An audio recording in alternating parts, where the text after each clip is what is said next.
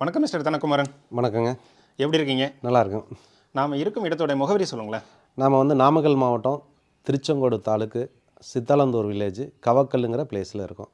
சரிங்க. அதாவது உங்கள்கிட்ட நிறைய கேள்விகள் இருக்குது. அதை தாராளமாக பற்றி ஒன்று ஒன்றா பார்ப்போம். பார்க்கலாங்க. தாராளமாக. முதல் கேள்வி, சொல்லுங்கள். உங்களுடைய வருமானம் என்ன மாதம்? இதை பற்றி கொஞ்சம் சொல்லுங்களேன் சுருக்கமாக. இந்த பட்டுப்புழு வளர்ப்பில் ஆமாம், இந்த பட்டுப்புழு வளர்ப்பு. இப்போ வந்து நான் ஒரு 125லேருந்து 175 முட்டை வரைக்கும் நான் வைக்கிறேன். மந்த்லி 1 லட்சத்துலேருந்து 1.25 லட்சம் 1.5 லட்சம் வரைக்கும் இப்போ இன்கம் எடுத்துக்கிட்டு இருக்கேன். அதாவது வருமானம் வேறு லாபம் வேறு, இது எப்படி நீங்கள் பார்க்குறீங்க? நான் எனக்கு வர மொத்த பில்லை சொல்கிறேன். எனக்கு ஒரு கிலோவுக்கு 200 நான் செலவு பண்ணுறேன்.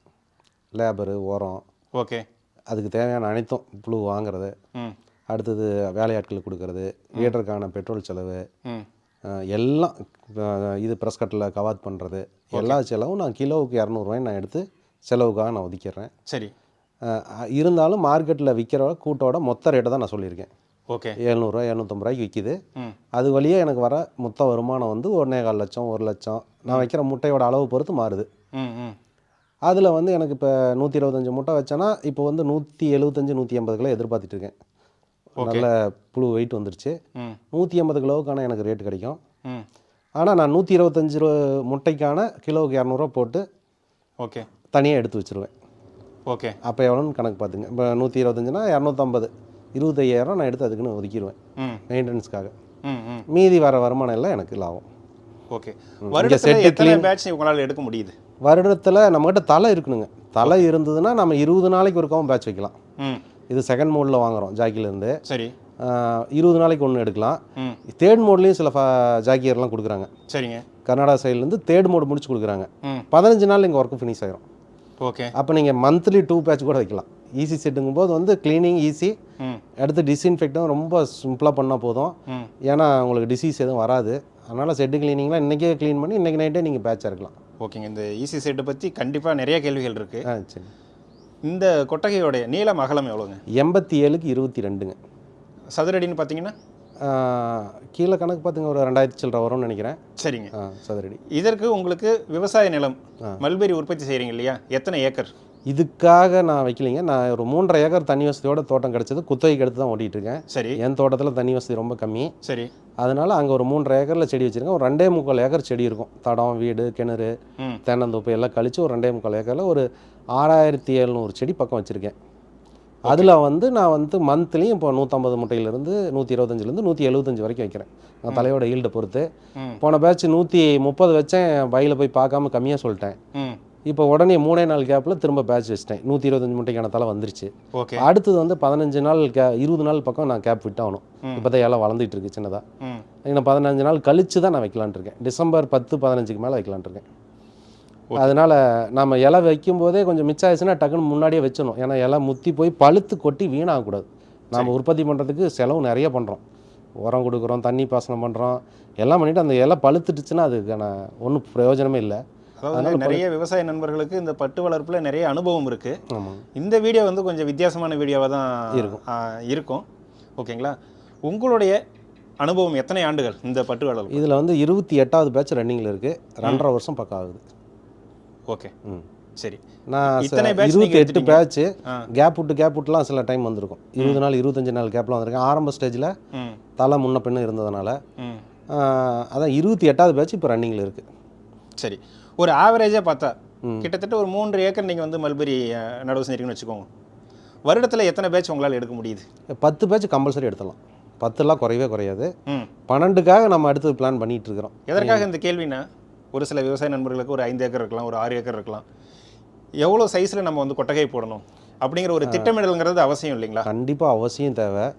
நீங்கள் வந்து ஹைட்டு போகிறதோட நீளத்தில் போய்க்குங்க. ஓகே. ஏன்னா வேலையாட்களுக்கான கூலிகள் வந்து குறையும். இந்த மேலே ஏறி வைக்கணும்னா அதுக்கு தனியாக நம்ம ரேம்ப் அடிக்கணும், இல்லை வண்டி செய்யணும், அதுக்கு தலை ஏறி ஏறி எடுத்து வைக்கணும், திரும்ப வண்டி தள்ளுறதுக்கு ஒரு ஆள் சப்போர்ட்டுக்கு வேணும். நீங்கள் ஹைட்டு அகலம் எல்லாமே குறைச்சிக்குங்க, நீளத்தில் போய்க்குங்க. ஓகே. நீங்கள் ஹைட்டுக்கு செலவு பண்ணுறதை நீளத்தில் செலவு பண்ணுங்கள். கவர்மெண்ட் நாம்ஸ் படி சப்சிடிக்கு இவ்வளோ வேணும்னு கேட்பாங்க. நீங்கள் அதை விட அதிகமாக நீளத்தில் போய்க்குங்க. உங்களுக்கு வந்து ரொம்ப வசதியாக இருக்கும் வேலை செய்கிறதுக்கு.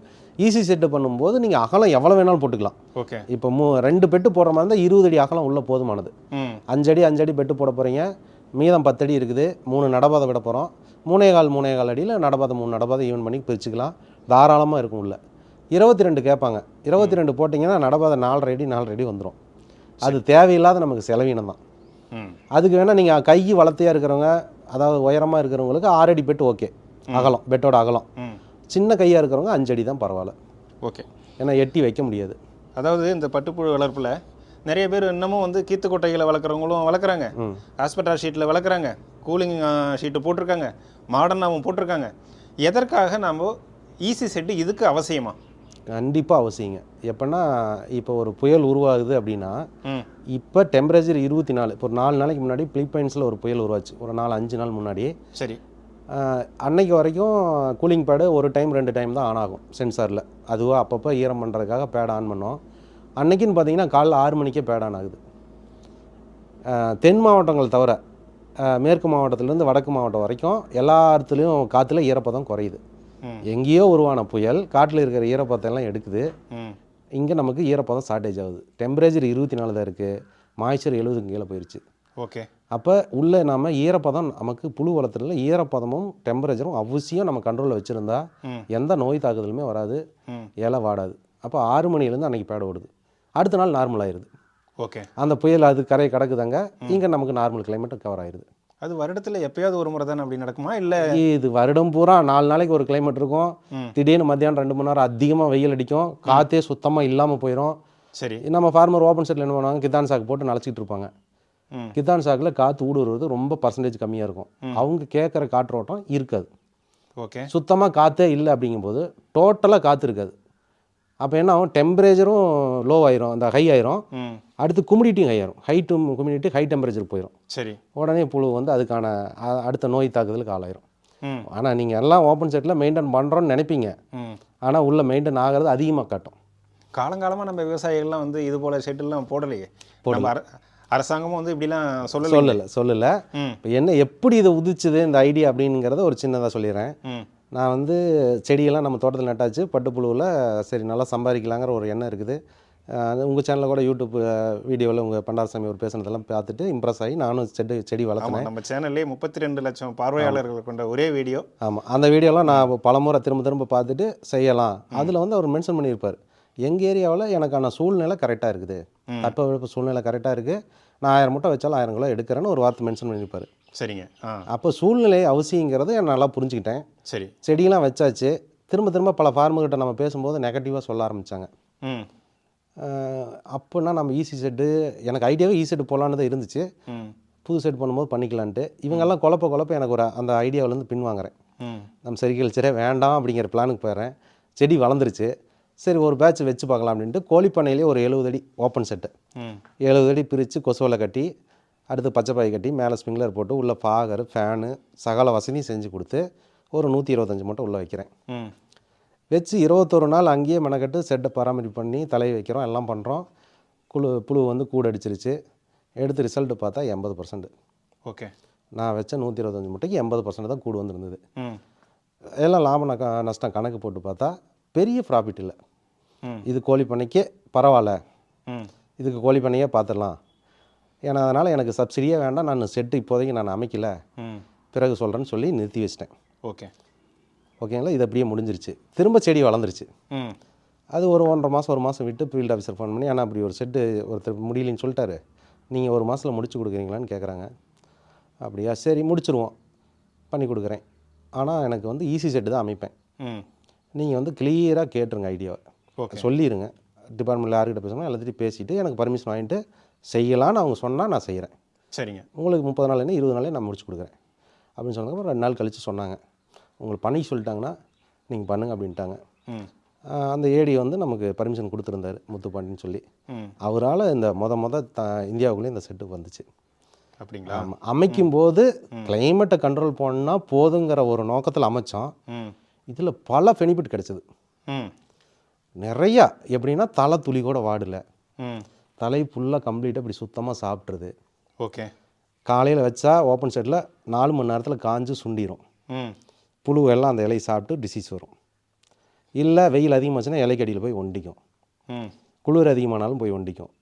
வெயில் அதிகமானால் டீஹைட்ரேட் ஆடும் பாடி. இப்போ இதில் தலையே வாடல, புழுவும் டிஹைட்ரேட் ஆகலை, வைக்கிற தலை வேஸ்ட் ஆகலை. நீங்கள் உற்பத்தி பண்ணுறீங்க காட்டில் தலையை செலவு பண்ணி, அந்த தலையை பூரா இங்கே பணமாக நம்ம மாற்றிடலாம். ஓகே. தலை வேஸ்டேஜ் இல்லாமல் கம்ப்ளீட்டாக சாப்பிட்டு முடிச்சிடும். இப்போ சாப்பிட்டு முடிச்சிருச்சு, இப்போ அவ்வளோதான் ஃபீடு கொடுக்க போகிறோம். ஓகே. இப்போ இந்த பெட்டில் வந்து கோல் வேஸ்ட் வந்து அதிகமாகறதில்ல. இங்கெல்லாம் 2 அடி 2.5 அடி கேப் வைப்பாங்க பெட்டுக்கு பெட்டு. ஆமாம். நம்ம ஒரு 1.5 அடி வச்சாவே தாராளமாக இருக்கும், ஃபில்லே ஆகாது. இது 10க்கு 5 ஃப்ரேம் மாதிரி செஞ்சுருக்கோம். 2 பேர் பிடிச்சி அப்படியே ஈஸியாக வெளியே எடுத்து கொட்டிடுவோம். ஏன்னா ஓப்பன் செட்டில் 1.5 அடி பெட்டு ஏறிடும். தலை காலையில் வைக்கிற தலை காயும். ஸ்டாண்ட்லாம் எதுவுமே வந்து உங்களுக்கு ஃபிக்ஸடு கிடையாது. ஃபிக்ஸட் கிடையாது, ரிமூவ் பண்ணுற மாதிரி. இது இப்படி முடிஞ்சதுங்களா, வலையை வச்சாச்சு, கூடு அடிக்குது. சரிங்க. ஓப்பன் செட்டில் 12 ஃபீடு சாப்பிட்டுது. அதாவது கடைசியில் சொல்லுவாங்க 12 பெருந்தீனின்னு சொல்லி 12 ஃபீடு சாப்பிட்டு, நான் கோழி பண்ணையில் வச்சப்போ 12 ஃபீடு சாப்பிட்டு தான் வலை வச்சோம். 10வது வேலைக்கு இதுக்கு தலை வெட்டும்போது ஆள் வந்திருக்காங்க. சாயந்தர தலையும் போய் வெட்டிடலான்னு வெட்டி கட் பண்ணி வச்சிடறோம் ஸ்டாக்கு. 10வது ஃபீடு கொடுத்தாச்சு. மதியம் ஃபீல்டு ஆஃபீஸர் வராங்க. நமக்கு எப்படி சாம்பிள் அடிக்குது என்னங்கிறதெல்லாம் ஒரு பேட்ச் தானே எடுத்துருக்க அனுபவம் பார்த்துல அவங்க வந்து பார்க்குறாங்க. வந்து ஒரு 12 மணிக்கு இப்படி தூக்கி பார்த்தா எல்லாம் அங்கங்கே ஸ்பின்னிங் ஸ்டார்ட் ஆயிடுச்சு. 10வது வேலையிலேயே உடனடியாக வலைய வைக்கணும், இல்லைன்னா பெட்டில் எல்லாம் கூட அடிச்சிடும். வலைய வச்சிடறோம். ஒரு 30 சேமா தலை வந்து இங்கே மிச்சம் இருக்குது. ஓகே. செட்டுக்குள்ளே. அப்போ வந்து ஹீட்டர்லாம் நான் மாட்டல, நார்மலாக என்ன கிளைமேட் இருக்கோ அப்படியே விட்டுட்டேன். சரிங்க. டெம்பரேச்சர் மட்டும் 28 வைக்க சொன்னாங்க ஒரு ப்ரொஃபஸர். அவர்கிட்ட கேட்டால் அப்படியே 28 30 வச்சு விட்டுட்டு மாய்ச்சர் மட்டும் குறைச்சி விட்டாச்சு. அது பாட்டில் கிளைமேட் நல்லா இருந்தது. 7 நாளாக அந்த தலையை வந்து உள்ளே வச்சுருந்து ஆட்டுக்கு எடுத்து கட்டுறோம். 7 நாள் அந்த தலை வாடலை. ஓகே. அப்போ தான் தலை வாடாதா அப்படிங்கிற ஒரு கான்செப்ட்டுக்கு நாங்கள் வரோம். புரியுது. ஒரு நாள் காலையில் இப்போ ஃபீல்ட் ஆஃபீஸில் வந்து உங்களுக்கு தலையே வாடதில்லைன்னு நாங்கள் மட்டும்தான் சொல்லுவாங்க. உங்கள் செட்டில் வாடதில்லைன்னு தான் சொல்கிறாங்க. நம்ம அதை புரிஞ்சுக்கிற சக்தி நமக்கு அப்போ இல்லை. புது ஃபீல்டுங்கன்னா நம்ம புழு மேலேயே கவனம் செலுத்திட்டு இருந்தோம். இது முடிஞ்சுது. அடுத்து கூட அறுவடை பண்ணோம். அறுவடை பண்ணி வெயிட்டு போட்டால் 130%. ஓகே. ஓப்பன் செட்டில் 80%, இங்கே 130%. அரசாங்கம் என்ன சொல்கிறாங்க, எவ்வளோ பர்சன்டேஜ் வரும்னு? 80% வந்துட்டாவே குட்டுங்கிறாங்க, சூப்பர் ரிசல்ட்டுங்கிறாங்க. ஓகே. சரி, சொல்லுங்க. 100 வந்தால் இன்னும் டாப் ஃபார்மர் அப்படிங்கிறாங்க. 100க்கு 100 எடுத்துட்டா 130% வருது. எடை போட்டால் ஃபீல்ட் ஆஃபீஸர் பாப்புலேஷன் எச்சா இருக்குண்ணா அப்படின்னு சொல்கிறாங்க. சரிங்க. புழுவோட எண்ணிக்கை அதிகமாக இருந்திருக்கும். 10 முட்டை 12 முட்டைன்னு சொல்லுவாங்க. இப்போ கொஞ்சம் முட்டை சேர்த்து போட்டிருப்பாங்க அப்படின்னு சொன்னால் அந்த பேட்ச் விட்டுட்டேன். சரி. அடுத்த பேட்சும் இதே மாதிரி 128 வந்துச்சு பர்சன்டேஜ். அப்புறம் தான் ஒரு முட்டையில் எத்தனை புழு இருக்கும் அப்படின்னு சொல்லி அவங்கள்ட்ட கேட்டால் 500லேருந்து 550 இருக்குனாங்க. முட்டை கால்குலேஷன் போட்டேன். கூண்டோட ஆவரேஜ் எடுத்தேன். சரிங்க. 2.4 கிராம் 2.3 கிராம் இப்படி இருந்துச்சு. பாப்புலேஷன் போட்டு பார்த்தா பாப்புலேஷன் நார்மல். ஓகே. ப்ரொடெக்ஷன் அதிகம். ஓகே. கக்கூனோட வெயிட் அதிகம். அப்போ பார்த்தீங்கன்னா நார்மலாக 700 800 மீட்டர் 1000 மீட்டர் ஓடுற நூல் 1500 மீட்டர் ஓடுது. ஓகே. கூடு பெருசாக லாங்காக அடிக்குது. ஒரே சைஸ் அன்னியன்ஸ் இல்லாமல் வருது. பார்க்க அப்படியே ஒன்றை கண்ட மாதிரி சைஸ் இருக்கும். இது நமக்கு ஒரு ப்ளஸ்ஸு. அடுத்தது பெட்டில் கோல் வந்து வேஸ்ட் ஏறுறதே இல்லை. தலையெல்லாம் சுத்தமாக சாப்பிட வச்சிடறோம். சரி. அது ஒரு நமக்கு ப்ளஸ்ஸு. அடுத்தது பார்த்திங்கன்னா நெட்டிக்காக சிங்கிள் வலை வைக்கிறோம், இல்லை டபுள் வலை வைக்கிறோம். அது ஒன்றும் பிரச்சனை இல்லை. கூடெல்லாம் ஒன்றை கண்ட மாதிரி மேலே ஏறும். இந்த பெட்டில் ரேக்கில் வந்து கூடு கட்டாது. ஓகே. உங்களுக்கு கீழே அதுக்கான சூழ்நிலை இருக்காது. இறங்கி பெட்லேயே கூடு கட்டாது. மொத்தமாக 2 கைக்கு மேலே வராது. பெட்லேயே கூடு கட்டாதுன்னு வச்சுங்களேன். இதே ஓப்பன் செட்டாக இருந்தால் வெயில் வந்தோடனே பெட்டில் படப்படப்பன்னு அடிக்க ஆரம்பிச்சிடும். ஓகே. குச்சி சந்தில் தலை சந்தை மடிச்சு அடிக்கிறது. இப்போ நம்ம ஒரு 10வது வேலை வலை வைக்கிறோம், கொஞ்சம் கொஞ்சம் சாப்பிட்ருச்சு, வலை வைக்கிற ஸ்டேஜ் வந்துருச்சு. அந்த சொட்டைக்கும் கொஞ்சம் கொஞ்சம் வைக்கலாம். சரிங்க. வச்சு வலையெல்லாம் வச்சிடறோம். தலையெல்லாம் சாப்பிட்டுச்சான்னு தூக்கி பார்க்குறோம். எல்லாம் கம்ப்ளீட்டாக சாப்பிட்ற வரைக்கும் நம்ம டெம்பரேச்சர் எதுவும் சேஞ்ச் பண்ண தேவையில்லை. ஓகே. அது என்ன பண்ணும், சாப்பிடும், வாமிட்டும் பண்ணும் நூலை, ஆனால் சாப்பிடும். திரும்ப இப்படியே சாப்பிட்டு முடிக்கிற வரைக்கும் விட்டுருவோம். காலையிலன்னா சாயந்தரத்துக்குள்ளே கம்ப்ளீட் ஆகிரும், இல்லை நாளை காலையில் கூட கம்ப்ளீட் ஆகும். அது வரைக்கும் விட்டுருவோம். தலையெல்லாம் சுத்தமாக சாப்பிட்டுச்சா எல்லா இடத்துலையும் பார்த்துட்டு டெம்பரேச்சரை மட்டும் சேஞ்ச் பண்ணுவோம். ஒரு 27 ஒரு 80% உள்ள இப்போ மாய்ச்சர் மெயின்டைன் பண்ணிட்டு இருக்கோம்னா ஸ்பின்னிங் டைமில் ஒரு 60 30 60% மாய்ச்சரும் 30 டிகிரி செல்சியஸும் மாற்றி விட்டோம்னா ஒரு 48 மணி நேரத்தில் அனைத்து புழுவும் வலையில் ஸ்பின்னிங் ஸ்டார்ட் ஆகிரும். ஓகே. ஓப்பன் செட்டில் 4 நாள் ஆகும் ஏறதுக்கே. செட்டில் 2 நாளில் முடிச்சிடும், ஏறி முடிச்சிடும். ஸ்பின்னிங் வந்து 72 மணி நேரம் ஓட்டம், ஆனால் ஏறி முடிக்கிறது 2 நாளில் முடிச்சிடும். சரிங்க. போன வாரம் இதே நாள் வரும்போது இந்த புழுவெல்லாம் வந்து ரொம்ப சின்னதாக இருந்தது. ஆமாம். அது புழுவோடைய லென்த் எவ்வளோ இருக்குன்னு உங்களால் இப்போ எடுத்து காமிக்க முடியுமா? காமிக்கலாங்க. இப்போ பார்த்தீங்கன்னா இது பாருங்கள், இப்போ என்னுடைய சுண்டு விரலில் வச்சுருக்கேன். 6 ஃபீட் இப்போ வந்து கம்ப்ளீட்டாக சாப்பிட்ருக்கு. ஓகே. இதே பார்த்தீங்கன்னா ஓப்பன் செட்டில் ஸ்பின்னிங் சைஸ்லேயே இவ்வளோ தான் இருக்கும். ஸ்பின்னிங் அடிக்கிறது டைமில் இவ்வளோ தான் சைஸே இருக்கும் ஓப்பன் செட்டில். ஓகே. இதே ஒரு கேள்விங்க, இதனுடைய வளர்ப்புன்னு பார்த்தா எத்தனை நாளுங்க? இது மொத்தமாக 21ஆவது நாள் நம்ம கைக்கு பணம் இருந்துடும். ம். மார்க்கெட் போய் கூடு போட்டு வந்துடுவோம். 21 நாள் தான். ஸோ இந்த வளர்ப்பில் வந்து நாட்கள்ங்கிறது ஒன்று தான், ஓப்பன் ஷெட்டாக இருந்தாலும். ஆஹா, அது வந்து வளர்ப்பு முறை இங்கே மாறும், ஓப்பன் செட்டுக்கும் இங்கேயும். ம். இப்போ நம்ம செகண்ட் மோல்டில் வாங்குகிறோம், ம். 4 to 5 ஃபீல்டில் மோல்டு செட் ஆயிரும் ஈ செட்டில். ம். ஓப்பன் செட்டில் 5லேருந்து 7 வரைக்கும் எடுக்கும். சரி. ஃபஸ்ட்டு அதாவது தேர்டு மோல்டு ஆ. தோலுரிப்பு. ம். 4ஆம் பருவம் தோலுரிப்பு என்ன பண்ணுன்னா, இது ஃபஸ்ட்டு 4 நின்றுருந்தால் அது 5ல் ஒரு ஃபீடு வச்சு எடுக்கும். ம். இது 5ல் தேர்டு நின்றுருந்தால் ஃபோர்த்து வந்து 6ல் நிற்கும். ஓகே. அதே மாதிரி ஓப்பன் செட்டில் ரெண்டு வேளை ஜாஸ்தி சாப்பிடும். ஓகே. அப்போ வந்து இதில் நமக்கு ஒரு 1.5 நாள் பக்கம் இதில் சேவ் ஆகும். 1.5 நாள் to 2 நாள் இதில் சேவ் ஆகும். ம். மோல்டெல்லாம் முடிச்சுட்டு பெருந்தீனி ஸ்டார்ட் பண்ணிங்கன்னா ம். 10 ஃபீடு தான். 9ல் சில பேட்ச் 8லாம் வள வச்சுருக்கோம். ம். அவ்வளோ அட்வான்ஸாக வரும். நம்ம அந்தளவு ஃபீடு கொடுத்தா ஃபீடு ஃபுல்லாக சாப்பிட்டுட்டே இருக்கும். ஏன்னா தலை வாடாதனால சத்துக்கள் எதுவும் வேஸ்ட் ஆகாது, நல்லா சாப்பிட்டு முடிச்சிடும். ஓகே. இதுக்கு சாப்பிட்ற ஒர்க்கு மட்டும்தான் 24 மணி நேரம் இருக்கும். ம். ம். இப்போ இதே ஓப்பன் செட்டாக இருந்தால் வெயில் அடிக்கும் போது டீஹைட்ரேட் ஆகும், உடனே தலையில் போய் ஒண்டிக்கும், சாப்பிட வெளியே வராது. ஓகே. சாயந்தரம் ஆகும்போது வெளியே வரும், அப்போ வாடி போன தலையை திங்கும். ம். ம். அதனால் ஜீரண கோளாறு வந்து ஜீரணம் ஆகாமல் ம். அது நூல் நல்லா குவாலிட்டியாக கொடுக்காது. அதனால தான் சைஸே சின்னதாக இருக்கிறது. ஓகே. இப்போ இது 6 ஃபீடு முடித்த புழுவோட இது சைஸு. ம். நீங்கள் நாளைக்கு பார்த்தீங்கன்னா இதோட பெருசாயிரும், 8 ஃபீடு கம்ப்ளீட் ஆயிரும். சரிங்க. அதாவது பொதுவாக ஒருத்தர் வந்து பார்க்குறாருன்னா, இது ஒரு ஷெட்டு தானே, இது என்ன ஈஸி ஷெட்டுன்னு சொல்கிறீங்கன்னு சொல்லிட்டு கேட்கலாம். சாதாரண கொட்டகைக்கும் இதுக்கும் என்னென்ன பண்ணுறீங்கன்னு சொல்லிட்டு கொஞ்சம் சுருக்கமாக சொல்ல முடியுமா? சொல்லிடலாங்க. ஈஸி செட்டுங்கிறது சூழ்நிலையை, என்வாயன்மெண்ட் கண்ட்ரோல்டு ஹவுஸ். ம். நம்மளோட சூழ்நிலை உள்ளே என்ன இருக்கணுமோ அதை செட் பண்ண போகிறோம். சரிங்க. அது எல்லாம் சென்சார் வாட்ச் பண்ணிக்கும். ம். சென்சார் அது எப்படி ஃபங்க்ஷன் ஆகுதுன்னா, ஆ. நம்ம ஒரு எண்டில் கூலிங் பேட் வச்சுருப்போம், சரி, ஒரு எண்டில் எக்ஸாஸ்டர் வச்சுருப்போம். அதை காமிக்க முடியுங்களா ஏதாவது? பார்க்கலாங்க. கூலிங் பேட் பார்த்துலாங்க. சரி. ஆ.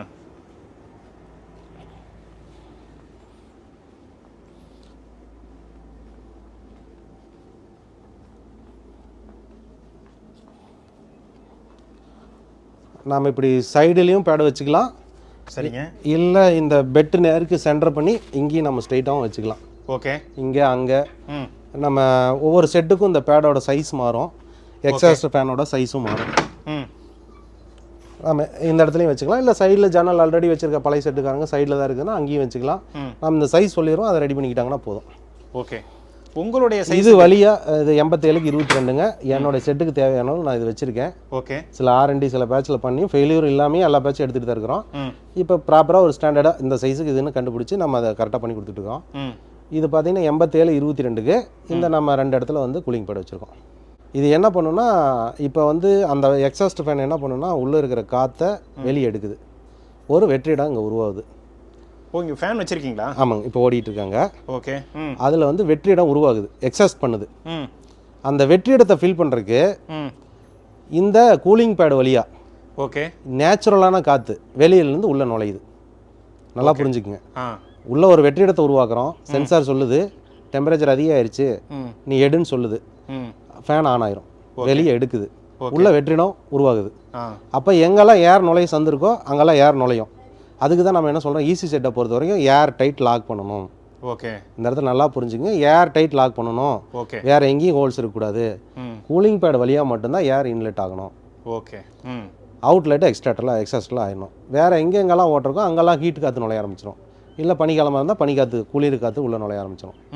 அப்போ நம்ம என்ன செட் பண்ணிருக்கோமோ அந்த செட் பாயிண்ட் வர வரைக்கும் அந்த எக்ஸாஸ்ட்டை ஓடி டெம்பரேச்சர் கவர் ஆனோடனே ஆட்டோமேட்டிக்காக கட் ஆஃப் ஆயிடும். இப்போ நம்ம கூலிங் பேட் சைடு எந்த ஃபேனும் வைக்கல, இயற்கையான காற்று உள்ளே ட்ராவல் ஆகுது. இப்போ வெயில் வந்துருச்சு, மாய்ச்சர் உள்ளே குறையுது அப்படின்னா இந்த பேடை நிலைக்கிறதுக்கு ஒரு சென்சார் போட்டு அதுக்கு ஒரு மோட்டர் செட் பண்ணியிருக்கோம். எப்போ மாய்ச்சர் குறையுதோ அப்போ ஆன் ஆகி இந்த பேடை நிலச்சி விட்ரும். இங்கேருந்து அசுத்த காற்றெல்லாம் வெளியே போயிடும். சென்சார் அந்த எண்டில் வச்சுருக்கோம். இது சுவாசிச்சு விட்டு இருக்கிற carbon di oxide, ammonia smell எல்லாமே அந்த எண்டில் போய் வெளியே போயிடும். ஓகே, நமக்கு வந்து ஃப்ரெஷ் ஏர் வந்து உள்ள லோட் ஆகிக்கும். கடைசியில் எக்ஸாஸ்ட் வச்சுருக்கீங்க? ஆமாங்க, லாஸ்ட்லிங்க. Okay,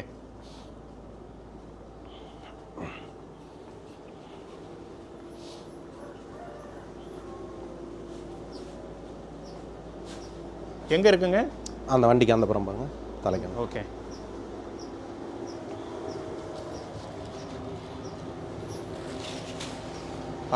okay.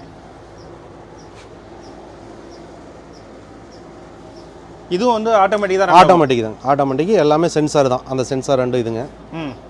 இது பார்த்தீங்கன்னா ஹீட்டுக்கானது, ம் இது பார்த்தீங்கன்னா மாய்ச்சர் ஈரப்பதத்துக்கானது, ம் இது வந்து கூல் பண்ணுற ஹீட்டுனா வெப்பத்தை வெளியே எடுக்கிறது, ஓகே இது வந்து ஹீட்டருக்கான சென்சார், ஹீட்டை கொடுக்கறது. ம் ம் அந்த மாதிரி எல்லாமே ஆட்டோமேட்டிக்கு அது எது தேவையோ அதை ஆன் பண்ணிக்கும். அது இதெல்லாம் ஏதாவது பிரச்சனைகள்லாம் வராதுங்களா? இல்லை வரக்கூடாது அப்படிங்கிறதுக்காக தான் ரொம்ப காஸ்ட்லியாக தரமானதாக போடுறோம். ஏன்னா உள்ள உயிர் உள்ள பொருள் இருக்குது, ஜீவன் இருக்குது. ம் ஒரு சின்ன இஷ்யூவால் இந்த பேட்ச் அடி வாங்கிடக்கூடாது. அதாவதுங்க இதில் உங்களுக்கு அனுபவம் இருக்குது. ஆமாம், இதில் ஏதாவது ஒன்று வேலை செய்யலாம் நீங்கள் உங்களால் கண்டுபிடிக்க முடியும். உடனே கண்டுபிடிக்க சாதாரண முடியும். விவசாயியாக இருக்கிறவங்க ஆமாம், ஏதாவது ஒன்று வேலை செய்யலைன்னு சொல்லி எப்படி கண்டுபிடிப்பாங்க? அது இங்கே ஓடல உள்ள வேக்காடாக இருக்குது அப்படின்னா அவங்களுக்கு அது சொல்லி கொடுத்துருவோம். ஆ உடனே மேனுவல் ஆப்ஷன் கொடுத்துருவோம். இது ஓடல அப்படின்னு அவங்களுக்கு ஒரு டவுட் வந்துருச்சுன்னா ம் மேனுவல் போட்டுவிட்டு எனக்கு ஃபோன் பண்ணுவாங்க. ம் நான் ஃபோன்லேயே எந்த இண்டிகேட்டர் தெரியுது, என்னென்ன கம்ப்ளைண்ட்டு என்னங்கிறத பார்த்துருவோம். மேக்ஸிமம் 99% இந்த பிரச்சனையே வராது. ஓகே நேற்று ஒரு ஜாக்கிக்கு போட்டிருக்கோம். ம் அந்த ஜாக்கி ஃபார்மர் வந்து கண்ட்ரோல் பேனல் ஆன் ஆகலின்னு ஃபோன் பண்ணுறாரு. சரிங்க ஃபுல்லாக ஃபியூஸ் இருக்குது, செக் பண்ண சொன்னேன். ஃபியூஸ் நார்மல், ம் லைன் ஈபிலேருந்து வரல. உடனடியே செக் பண்ணுங்கண்ணே, எலக்ட்ரிஷன் விட்டு பார்க்குறாங்க. ம் கம்பத்தில் நியூட்ரல் ஒயர் வந்து கட் ஆயிடுச்சு. ஓகே அதை சரி பண்ணாங்க, ப்ராப்ளம் சால்வ். ம் நமக்கு இங்கே எந்த பிரச்சனையும் வரக்கூடாது. லைஃப் லாங் இது ரன் ஆகும்னு சொல்லி ரொம்ப காஸ்ட்லியாக முதல்லாம் சைனா மேக்கெலாம் போட்டு இது நிறைய இழப்புகள்லாம் சந்திச்சிருக்கோம். ம் இப்போ எல்லாம் ஒரு ஸ்டாண்டர்டுக்கு வந்துட்டோம். ஓகே ம் அதாவது ஃபேன் இதில் வந்து இருக்குது. நிறைய இடத்துல வந்து ஜன்னல் வச்சுருப்பாங்க, ஜன்னல் இல்லாமல். அதாவது ஏன்னா இது க்ளோஸில் தான் இருக்கணும்னு நீங்கள் ஏற்கனவே சொல்லிட்டீங்க. அதாவது ஒரு டவுட்டு, நான் ஃபுல் டைட் ஏர் க்ளோஸ் பண்ணணும்னு சொன்னோன்னையும் ம் எல்லா ஒரு சயின்டிஸ்ட் முதற்கொண்டு, ம் இதுக்கான விஞ்ஞானிகள் முதற்கொண்டு புழு ஜன்னலாம் அடைச்சி வச்சு எப்படி புழு வளர்த்த முடியும், ம் இவர் தப்பாக சொல்கிறாரு அப்படிங்கிறத புரிஞ்சுக்கிறாங்க. ஏன்னா நேரில் பார்த்தா அவங்களுக்கு நல்லா தெரியும் இது எப்படி ஃபங்க்ஷன் ஆகுதுன்னு. ம் இன்னொரு முறை தெளிவாக சொல்லிடுறேன், ஏர் உள்ளே வர்றதுக்குன்னு ஒரு வழி, வெளியே போகிறதுக்குன்னு ஒரு வழி. ம் ம் அவங்க கேட்குற ஸ்பீடு, ஏரேஷன் என்ன ஸ்பீடு கேட்குறாங்களோ அந்த புழுவுக்கு இளம் தென்றல் மாதிரி இருக்கணும். ஓகே ஓகேவா? ம் அந்த ஏரேஷன் ஸ்பீடை கால்குலேட் பண்ணி இங்கே என்ன சைஸ் ஃபேன் வைக்கணும், ஒரு ஃபேன் போதுமா 2 ஃபேன் போதுமா அப்படிங்கிற அவங்களோட செட்டோட நீள அகலம் உயரத்தை பொறுத்து நாங்கள் மாறுவோம். ஓகே அவங்க வைக்கிற பெட்டோட ஹைட்டை பொறுத்து, ம் அவங்கள்ட்ட இருக்கிற இபி சர்வீஸை பொறுத்து ம் எல்லாமே மாறும். லோ வோல்டேஜ் சர்வீஸில் பார்த்தீங்கன்னா லீஃப் பெருசு பண்ணி ஆகணும், ஏன்னா ஆர்பிஎம் கம்மியாக சுற்றும். ம் அந்த மாதிரி டெக்னிக்கலாக நம்ம அதெல்லாம் சில இதெல்லாம் இருக்குது, அதை நம்ம டெக்னிக்கலாக அனலைஸ் பண்ணிவிட்டு நம்ம அதுக்கு தகுந்த மாதிரி பண்ணி கொடுத்துருவோம். இது ஏரேஷனே இல்லை அப்படின்னு நினச்சிக்கிட்டு இருக்காங்க, அது ரொம்ப தவறான முறை. ஓகே இப்போ நீங்கள் ஃபேன் ஓடும்போது அங்கே நின்னீங்க, உங்களுக்கு என்ன சில்னஸ் இருந்தது, ஏர் மேலே படுறது தெரியும். ஆமாம் ஒரு பேப்பரோ துணியோ பிடிச்சிங்கன்னா அப்படி ஆடாது. அவங்க கேட்குறது படி ம் இந்த ஏர் எந்த டைரக்ஷன் போகுது அப்படின்னு தெரிஞ்சுக்கணுன்னா ம் பேப்பரோ துணியால் தெரியாது, தெரியக்கூடாது. அது காற்று அதிகம் இந்த புழுவுக்கு. ஓகே அப்போ ஸ்மோக் வழியாக மட்டும்தான் இந்த டைரக்ஷனை கண்டுபிடிக்க முடியும்.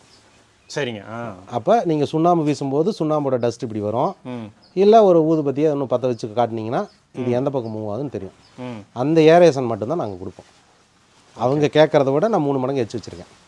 நல்லா புரிஞ்சுக்கங்க, ம் கேட்குறத விட 3 மடங்கு எச்சா வச்சு நம்ம இப்போ சக்ஸஸாக எடுத்துகிட்டு இருக்கோம். ஓகே அதுக்குன்னு ரொம்ப அதிகமாக வச்சிடக்கூடாது. ஓகே சரிங்க. அடுத்தது ஒரு கேள்வி.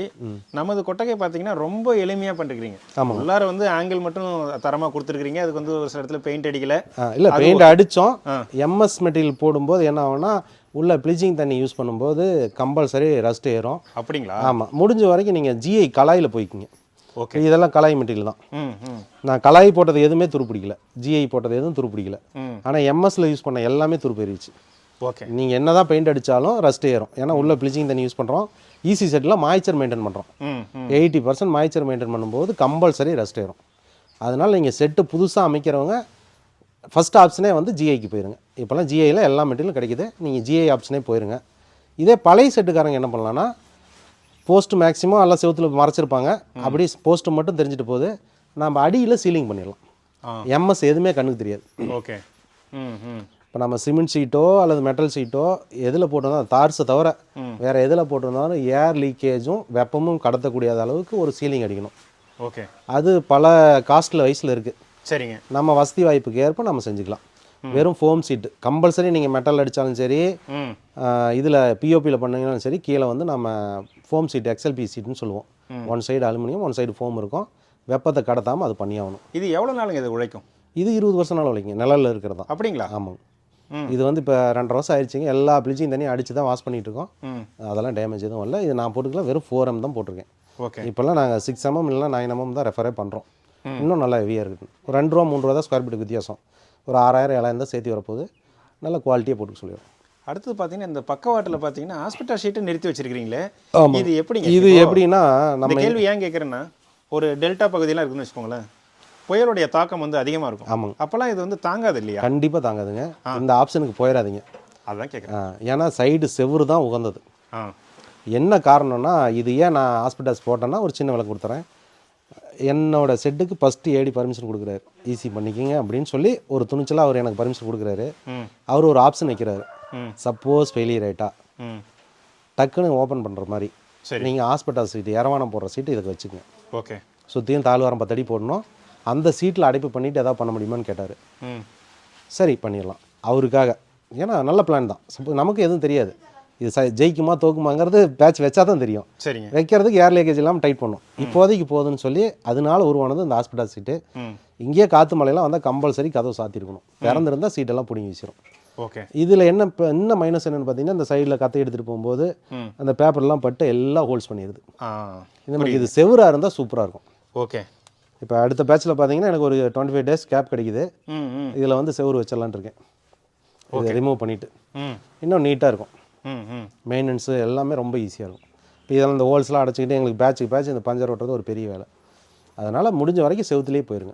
சரிங்க. அதாவது ஒரு 3 ஏக்கர் நிலம் இருக்குது அப்படின்னா இந்த நீளம் அகலத்துக்கு சைடில் ஹாலோ பிளாக்கல்லே வைக்கிறாங்க, மேலே அஸ்பெட்டாஸ் ஷீட்டு போடுறாங்க, இதே போல் ஆங்கிள் கொடுக்குறாங்க, இந்த ஃபோம் ஷீட்டும் போடுறாங்க அப்படின்னா என்ன செலவாகும் ஒரு தோராயமாக இல்லை, அக்யூரேட்டாக சொல்லிடலாம். ரன்னிங் காஸ்ட்டு உங்களுக்கு பேட்ச் வைக்கிறதுக்கு உள்ள ரன்னிங் காஸ்ட்டு 550 ரூபா to 600 ரூபா per ஸ்கொயர் ஃபீட்டு செலவு வரும். ஓகே. ஹாஸ்பிட்டல் சீட்டு போட்டு ஓரளவுக்கு எல்லாம் சிக்கனமாக, உங்கள் கல் தான் கிடைக்காது, நீங்கள் வாங்கி ஆகணும். மண் மேடை கொட்டுற மண்ணெலாம் உங்கள் தோட்டத்திலே எடுத்து கொட்டிக்கிங்க. முடிஞ்ச வரைக்கும் சிம்பிளாக பண்ணுங்கள். ஆலா பிளாக் வைங்க, பூச்சி வேலையெல்லாம் கொடுக்க வேண்டாம். ஒயிட் சிமெண்ட்டில் பேஸ்ட்டு மாதிரி நீங்கள் கரைச்சி இந்த மாதிரி அடிச்சுக்கலாம். நான் வந்து இதில் வந்து சிமெண்ட்டு பூச்சி கொடுக்கல, ஒயிட் சிம்மில் இந்த ஹோல்ஸ்லாம் அடிச்சிருக்கேன். ஏன்னா நம்ம உள்ள வெற்றி எடுத்து உருவாக்கும் போது இது வழியாக ஹோல்ஸில் எல்லாம் ஏர் லீக்கேஜ் வரும், உள்ள டெம்பரேச்சரை மெயின்டைன் பண்ண முடியாது. கம்பல்சரி இதுக்கு வந்து நம்ம கலவை பூசுறது நல்லது தான். அதெல்லாம் பூசும்போது பட்ஜெட் அதிகமாயிரும். முடிஞ்ச வரைக்கும் லோ காஸ்ட்டில் செய்யுங்க. அதுக்கு தேவை ஒரு நிழலான கொட்டாய், அதில் நம்ம ஈஸி பண்ணிக்கிறோம் ஏர் லீக்கேஜ் இல்லாமல். இல்லை, நான் ஒரு தரமான கொட்டகை நான் போடுறேன், இதுலேருந்து எனக்கு வந்து ஒரு முறையான வருமானம் வருது தெரியுது, நல்லாவே நீங்கள் சக்ஸஸ்ஃபுல்லாக பண்ணியிருக்குங்கும் போது என்ன செலவாகும்? அது ஒரு ஃபார்மல் போட்டிருக்காங்க எல்லாம் மட் இன்டர்லாக்கில். அவர் ஹைஜீனிக்காக போட்டிருக்காரு. பப் சேனலில் சீலிங் அடிச்சிருக்காரு, மேலே டைலோடு போட்டிருக்காரு. அவர் பார்த்தீங்கன்னா ஒரு 15 லட்ச ரூபா செலவு பண்ணியிருக்காரு. ஒரு பார்க்கலாங்களா? பார்க்கலாங்க. ஒரு 62 அடி 63 அடி லென்த்துக்கு 15 லட்ச ரூபா செலவு பண்ணியிருக்காரு. அதான் அவங்களோட வசதி வாய்ப்பு பொறுத்து பண்ணிக்கலாம். முடிஞ்ச வரைக்கும் விவசாயிகள்லாம் ரொம்ப கஷ்டத்தில் இருக்க போகிறாங்க. அவங்க வந்து கணக்கு மீடியமாக அமைச்சுங்க. அந்த 5 லட்சம் செலவு பண்ணுறதை விட நீங்கள் லென்த்தில் போய்க்கலாம்.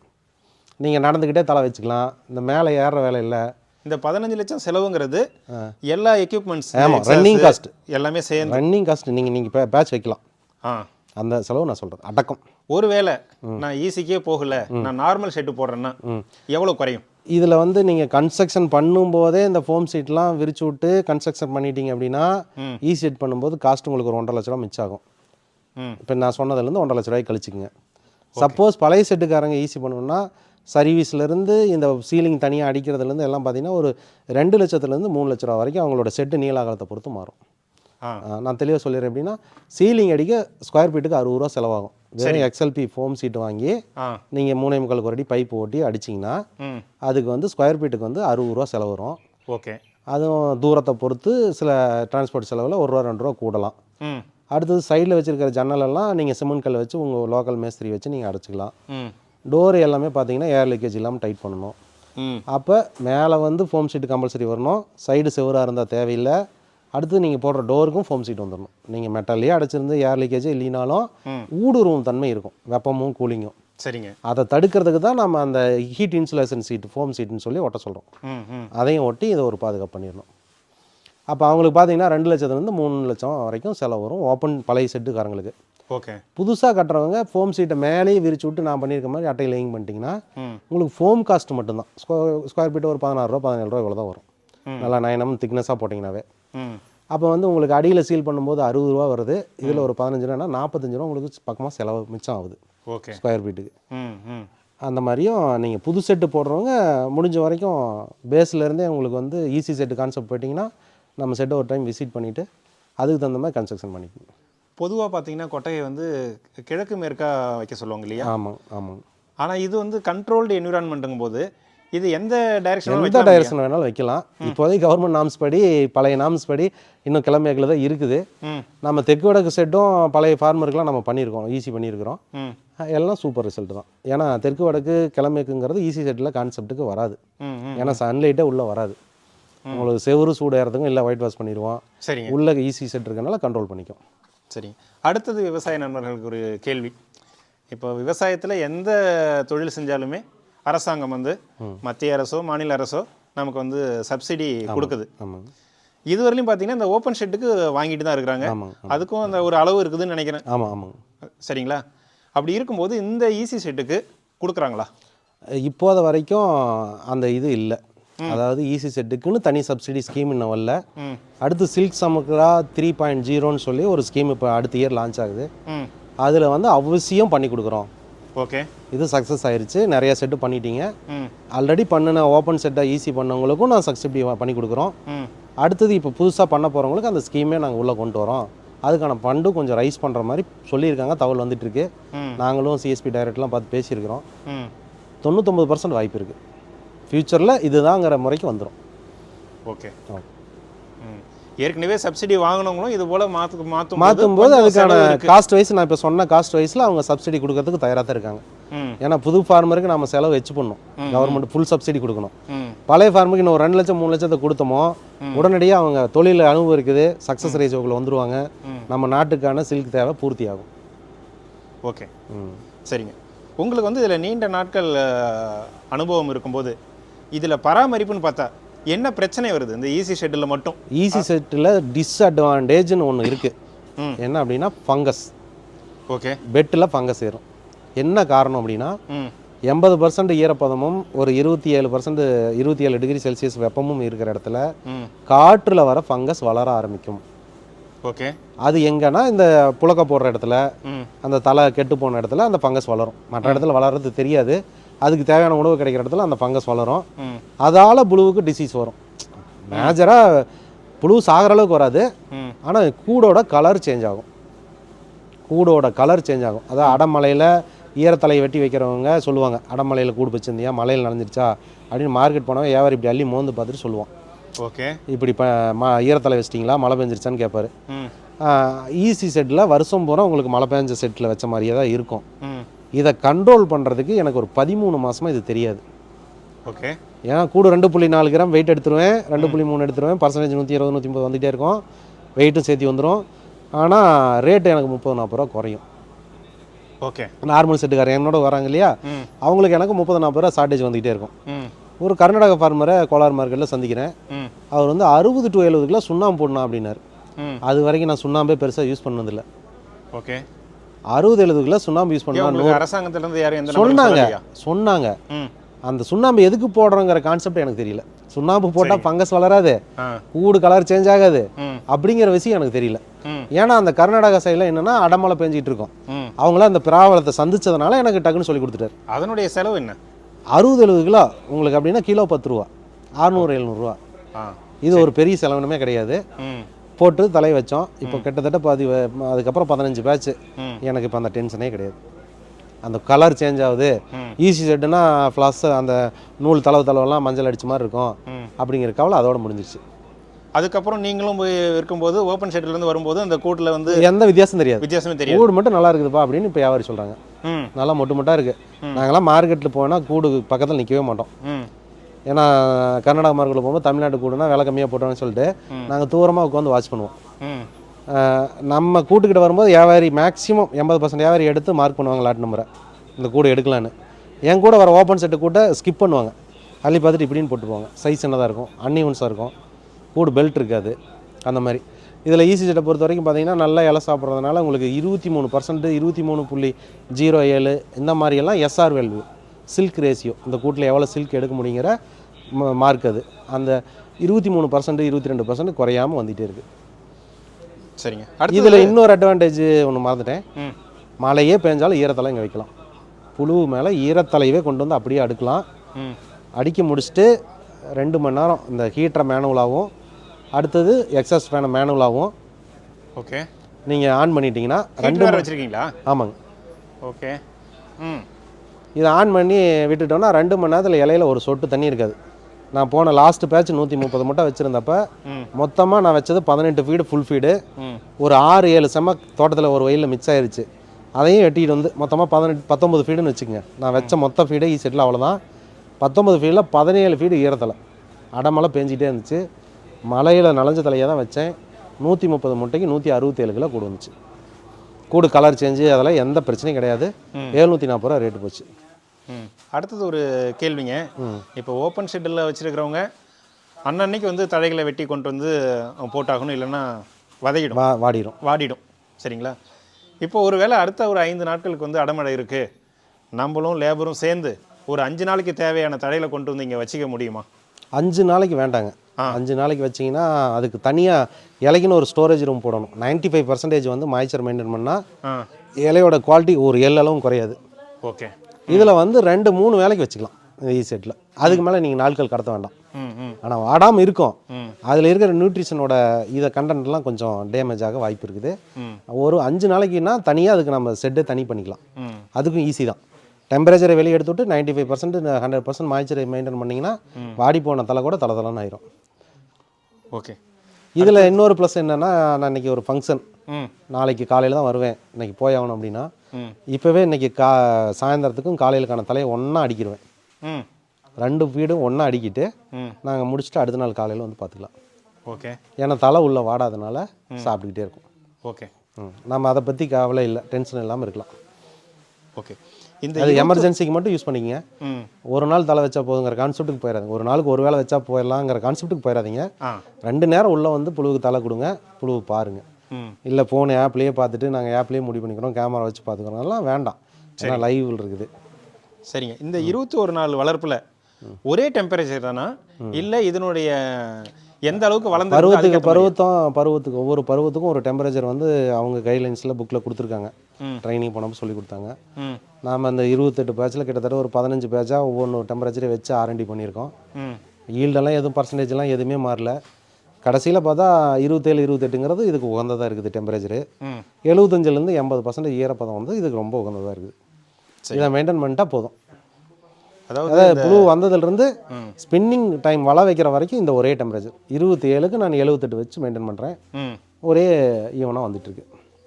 சரிங்க. நீங்கள் ஏற்கனவே சொன்னீங்க ஒரு பெரிய பிரச்சனை ஃபங்கஸுக்கு ஒரு தீர்வு நீங்கள் சுண்ணாம்புன்னு. ஆமாம், சுண்ணாம்பு சொல்லிட்டீங்க. ஆமாம். அடுத்தது எலக்ட்ரிக்கல் அண்ட் மெக்கானிக்கல் ஃபால்ட்டுன்னு சொல்லிட்டு வாய்ப்புகள் இருக்குது. அது இப்போ நீங்கள் கார் எடுத்துக்கோங்க, இல்லை வீட்டில் இருக்கிற ஏதாவது ஒரு சர்க்யூட் போர்டாக இருக்கட்டும், எலக்ட்ரிக்கல் ப்ராப்ளம் இதில் வரும். நீங்கள் நம்ம ஒயரிங் பண்ணும்போது அதுக்கான கொஞ்சம் ஹெவி ஒயராக போட்டுக்குவோம். ஏன்னா ஹீட்டர்லாம் பார்த்தீங்கன்னா இந்த செட்டுக்கு 6 கிலோவாட்டு, சில செட்டில் 10 கிலோவாட்டு, 12 கிலோவாட்டு, 4 கிலோவாட்டு, 6 கிலோவாட்டுன்னு இப்படி மாறி செட்டு கூட பொறுத்து மாறும். அட்வான்ஸாக நம்ம ஒயர்லாம் ஹெவி பண்ணி சொல்லி ஃபஸ்ட்லேயே சொல்லிடுவோம். கம்பத்துலேருந்து மாற்றுறது எல்லாமே ஹெவி பண்ணி சொல்லிடுவோம். இப்போ கம்பத்துலேருந்து மீட்டர் வரைக்கும் அலுமினியம் ஒயர் ரெஃபர் பண்ணுவோம். இப்போ நேற்று ஒரு இஷ்யூ ஆச்சுன்னு சொன்ன பார்த்தீங்களா ஜாக்கியில், அவர் வந்து காப்பர் ஒயர் போட்டிருக்காரு. காப்பரும் அலுமினியம் ஜாயிண்ட் ஆனால் அந்த இடத்துல வெப்பம் உருவாகும். சரிங்க. ஹீட் உருவாகும். ஓகே. அவர் லோடுக்கு தகுந்த ஒயர் அவர் போடலை. 6 ஸ்கொயர் போடணும். ஏசி இருக்குது, ப்ளஸ் 6 கிலோவாட்டு ஹீட்டர் ஓடுது, தனி மோட்டர் ஃபேனெல்லாம் 1 கிலோவாட் ஓடுது. அதுக்கான லோடு அவர் ஒயர் போடல, மாட்டிக்கிறேன்னு சொன்னார், மாற்றலை. அந்த ஒயர்னால அவருக்கு ஒரு 4 மணி நேரம் ஒரு சின்ன தடை ஏற்படுது. ஓகே. அதனால் நம்ம சொல்கிறத ரெஃபர் பண்ணுறதை கொஞ்சம் தயவு செஞ்சு ஃபார்மர் மாற்றிக்கிட்டாங்கன்னா இந்த இஷ்யூஸ்லேருந்து தப்பிச்சிக்கலாம். அடுத்து இடி மின்னல் வரும்போது நமக்கு வந்து டேமேஜ் ஆகும். கண்ட்ரோல் பேனலில் டேமேஜ் ஆகும், இல்லை ஃபேன் சர்க்யூட், இந்த மாதிரி எல்லாத்துலேயும் ஏதோ ஒன்று டேமேஜ் வரதுக்கு வாய்ப்பு இருக்குது. அதுக்கும் சர்ச் ப்ரொடக்ஷன் சொல்லி முதல்ல நான் அந்த ஆப்ஷன் உள்ளே வைக்கல. சரிங்க. இப்போ உள்ள நம்ம கண்ட்ரோல் பேனல் அதை கொடுத்துறோம். ஓகே. சின்ன ஷார்ட் சர்க்யூட் வந்தால் அங்கே ஃபீஸ் கட் பண்ணிடும். ஓகே. அந்த கண்ட்ரோல் பேனலில் வந்து ஒரு 350, அது ஒரு 5 ரூபா ஃபீஸில் வேலையை முடிச்சிடலாம். ஒரு 350-400 ரூபா ப்ராடக்ட் ஒன்று ஆட் பண்ணுறோம். அது வந்து இந்த டோட்டலாக ப்ரொடக்டிவ் பண்ணிக்குது, பாதுகாப்பு கொடுத்துருது. அதனால் என்னெல்லாம் நம்ம ட்ராபேக்லாம் சந்திச்சோமோ இதையெல்லாம் நிவர்த்தி பண்ணிவிட்டு அப்டேஷன் அப்பப்போ வர அப்டேஷனையும் சொல்லி பண்ணிடுறோம். அதாவதுங்க இதை நான் 2 பிரச்சனையாக பார்க்குறேன். ஒன்று, டிரான்ஸ்ஃபார்மரே போயிடுச்சு, அடுத்து ஒரு 4 நாளைக்கு பவர் வராது அப்படின்னா அதுக்கு ஏதாவது ஒரு ஜென்ரேட்டர் நம்ம பயன்படுத்தி ஒரு வாடகைக்கு எடுத்துட்டோம். 4 நாள் இஷ்யூ 2 நாள் இஷ்யூனா ஜென்செட் எடுத்துங்க உடனே வாடகைக்கு, நிறுத்தாதீங்க. அது எப்போ வேணும் அப்படின்னா 4th மோல்டு முடிகிற வரைக்கும் சடவுன் அன்னைக்கு பிரச்சனையே இல்லை. சரி. 4th மோல்டு 4ஆம் பருவம் மோல்டு உட்காந்து முடிக்கிற வரைக்கும், பெருந்தீனி ஸ்டார்ட் ஆகிற வரைக்கும் உங்களுக்கு ஜென்செட் 8 மணி நேரம் காணணும். நீங்கள் செட்டை திறந்து கூட பார்க்க வேண்டியதில்லை. ஓகே. நம்ம இதுக்குள்ளே இருக்கிற ஆக்சிஜனே அந்த புழுவுக்கு போதுமானது. இது உங்களுடைய அனுபவங்களா? அனுபவத்தில் நான் ஃபஸ்ட்டு பேட்ச் ஜென்செட்டோட தயாராக இருக்கேன். ஓகே. காலையிலேருந்து சாயந்தரம் வரைக்கும் பார்க்குறோம். 3வது மோல்டோ சம்திங் அதுலேயே இருந்துச்சு ஏஜ். ஜென்செட்டோட நிற்கிறோம். காலையிலேருந்து ஈவினிங் வரைக்கும் உள்ள ஒரே டெம்பரேச்சர் மாய்ச்சர் மெயின்டைன் ஆகுது. ஃப்ரிட்ஜ் எப்படி பேக்கப் நிற்கிதோ அது மாதிரி உள்ள நின்றுட்டே இருக்குது.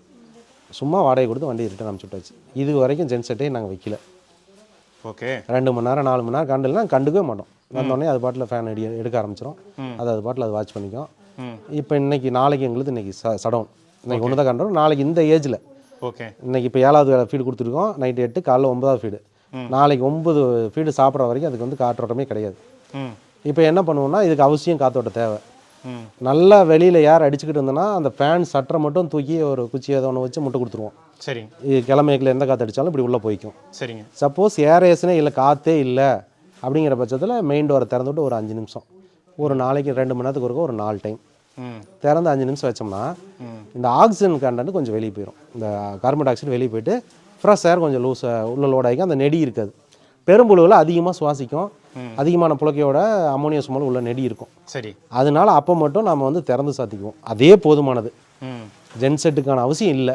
சப்போஸ் என் ஏரியாவில் ரொம்ப பிரச்சனை இருக்குது, செட்டில் ரொம்ப லோடு அதிகமாக வச்சு வளர்த்துவேன் அப்படின்னா ஒரு 3 கிலோவாட் அந்த ரேஞ்ச் செட்டை பொறுத்து 3 கிலோவாட் என்ன ஃபேனு என்ன தனி மோட்டர் என்ன ஹெச்பி எடுக்கிறோமோ அதுக்கு மட்டும் வச்சுக்கிட்டா போதும்.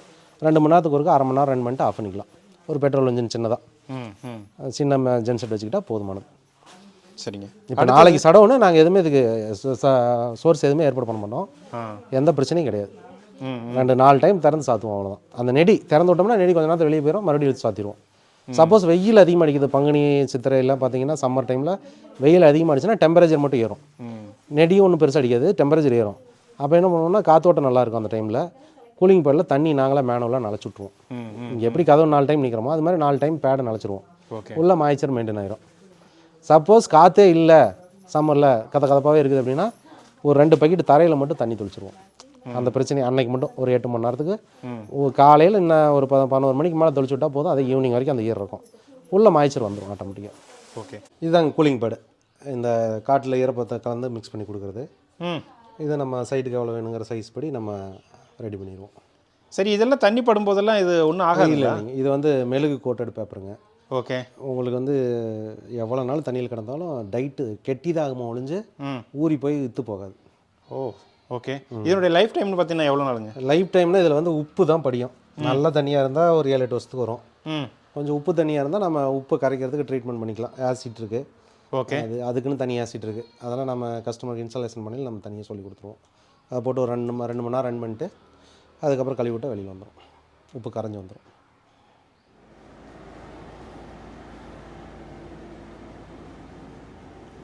இப்போ மாய்ச்சர் ரெடியூஸ் ஆனோடனையும் இந்த தண்ணி மோட்டர் வந்து ஆட்டோமேட்டிக்காக ஆன் ஆகிக்கும். பார்த்தீங்கன்னா கூலிங் பேடில் தண்ணி இறங்கிட்டு இருக்கு. இங்கே சென்சாருக்கு ரீச் ஆனோடனே அந்த பேடோட மோட்டர் தண்ணி மோட்டர் ஆஃப் ஆயிரும்.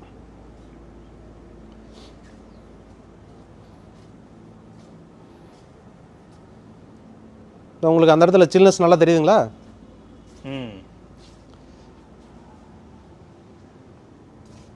நம்ம இவ்வளோ வேலைகள் பார்க்கும்போது கரண்ட் இல்லைன்னு சொல்லிட்டு நீங்கள் சொல்கிறதெல்லாம் பண்ணும்போது ரிசல்ட்டில் ஏதாவது வேறுபாடு இருக்குங்களா? எந்த வேறுபாடும் இல்லைங்க. வேறுபாடு இருந்தால் நம்ம என்ன பவருக்கான சோர்ஸ் ரெடி பண்ணியிருப்போம்ல. ஏன்னா அந்த எந்த வேறுபாடும் கிடையாது. ஏன்னா உள்ள ஃப்ரிட்ஜ் மாதிரி பேக்கப் நிற்கிறதுனால நமக்கு ஃபுல் சப்போர்ட் அது. இப்போ பைப்பு தொடுங்க அப்படியே ஜில்லுன்னு இருக்கும். செவத்தை போய் தொடுங்க எல்லாம் ஜில்லுன்னு இருக்கும். செப்பல் கழட்டிட்டு கால் தரையில் வச்சு பாருங்கள் அப்படியே ஐஸ் மாதிரி இருக்கும். இதே மெயின்டெனன்ஸ் சாயந்தரம் வரைக்கும் 8 மணி நேரம் இல்லைனாலும் அப்படியே தான் இருக்கும். நமக்கு வந்து ஆக்சிஜன் ஷார்ட்டேஜ் ஆகும். கடைசி 3 நாள் தான் நமக்கு வந்து ரொம்ப கவனமாக இருக்கணும். கரண்ட் இல்லைன்னா கதவை நீக்கி சாத்துறது. ஆக்சிஜன் பற்றாக்குறையினால புழு மயக்கடையும். அதை மட்டும் தவிர்த்தா போதும். ஓகே. ஒருவேளை கரண்ட்டு போயிட்டு வந்தாலும் நாம் வந்து மேனுவலாக வந்து இங்கே எதுவும் ஆன் பண்ணுற மாதிரிலாம் இல்லை. எல்லாமே கரண்ட் இல்லைன்னா எதையும் ஆன் பண்ண முடியாது இல்லை. கரண்ட் போயிட்டு வரும்போது வந்து எல்லாம் ஆட்டோமேட்டிக் தான். எல்லாமே ஆட்டோவில் தான் இருக்கணும். இந்த செமி ஆட்டோங்கிற பேச்சுக்கு இடம் இல்லை. சரிங்க. அடுத்தது ஒரு கேள்வி. இப்போ விவசாயம் பண்ணுறவங்க ஒரு மீன் குட்டை வச்சுருக்காங்க. அந்த மீன் குட்டைக்கு தேவையான தண்ணீரை அவங்களுடைய இலவச மின்சாரத்தையே பயன்படுத்தி எடுத்து விட்டுக்கோங்க. ஜியோ இருக்குது. ஓகேங்களா? அதுபோல் அதுக்கு ஜியோ இருக்குது. அதே போல் இதுக்கு மின்சாரம் பயன்படுத்தணும்னா இலவச மின்சாரத்தை பயன்படுத்த முடியுமா? தற்போதைய வரைக்கும் இல்லை. கோரிக்கை வச்சுக்கிட்டு இருக்காங்க ஃபார்மரு. எல்லாரும் வச்சுக்கிட்டு இருக்கிறோம் இலவச மின்சாரத்தில் கொடுக்க சொல்லி. இப்போதைக்கு சப்சிடி இல்லை. 4 ரூபா 10 பைசா அந்த 3B1 3A1 இந்த டேரிஃபில் வந்து நமக்கு இப்போ கொடுத்துக்கிட்டு இருக்காங்க. அந்த டேரிஃபில் தான் நம்ம சர்வீஸ் வச்சுருக்கோம். உள்ள மோட்டர் இருக்கும், உள்ள காட்டுங்க.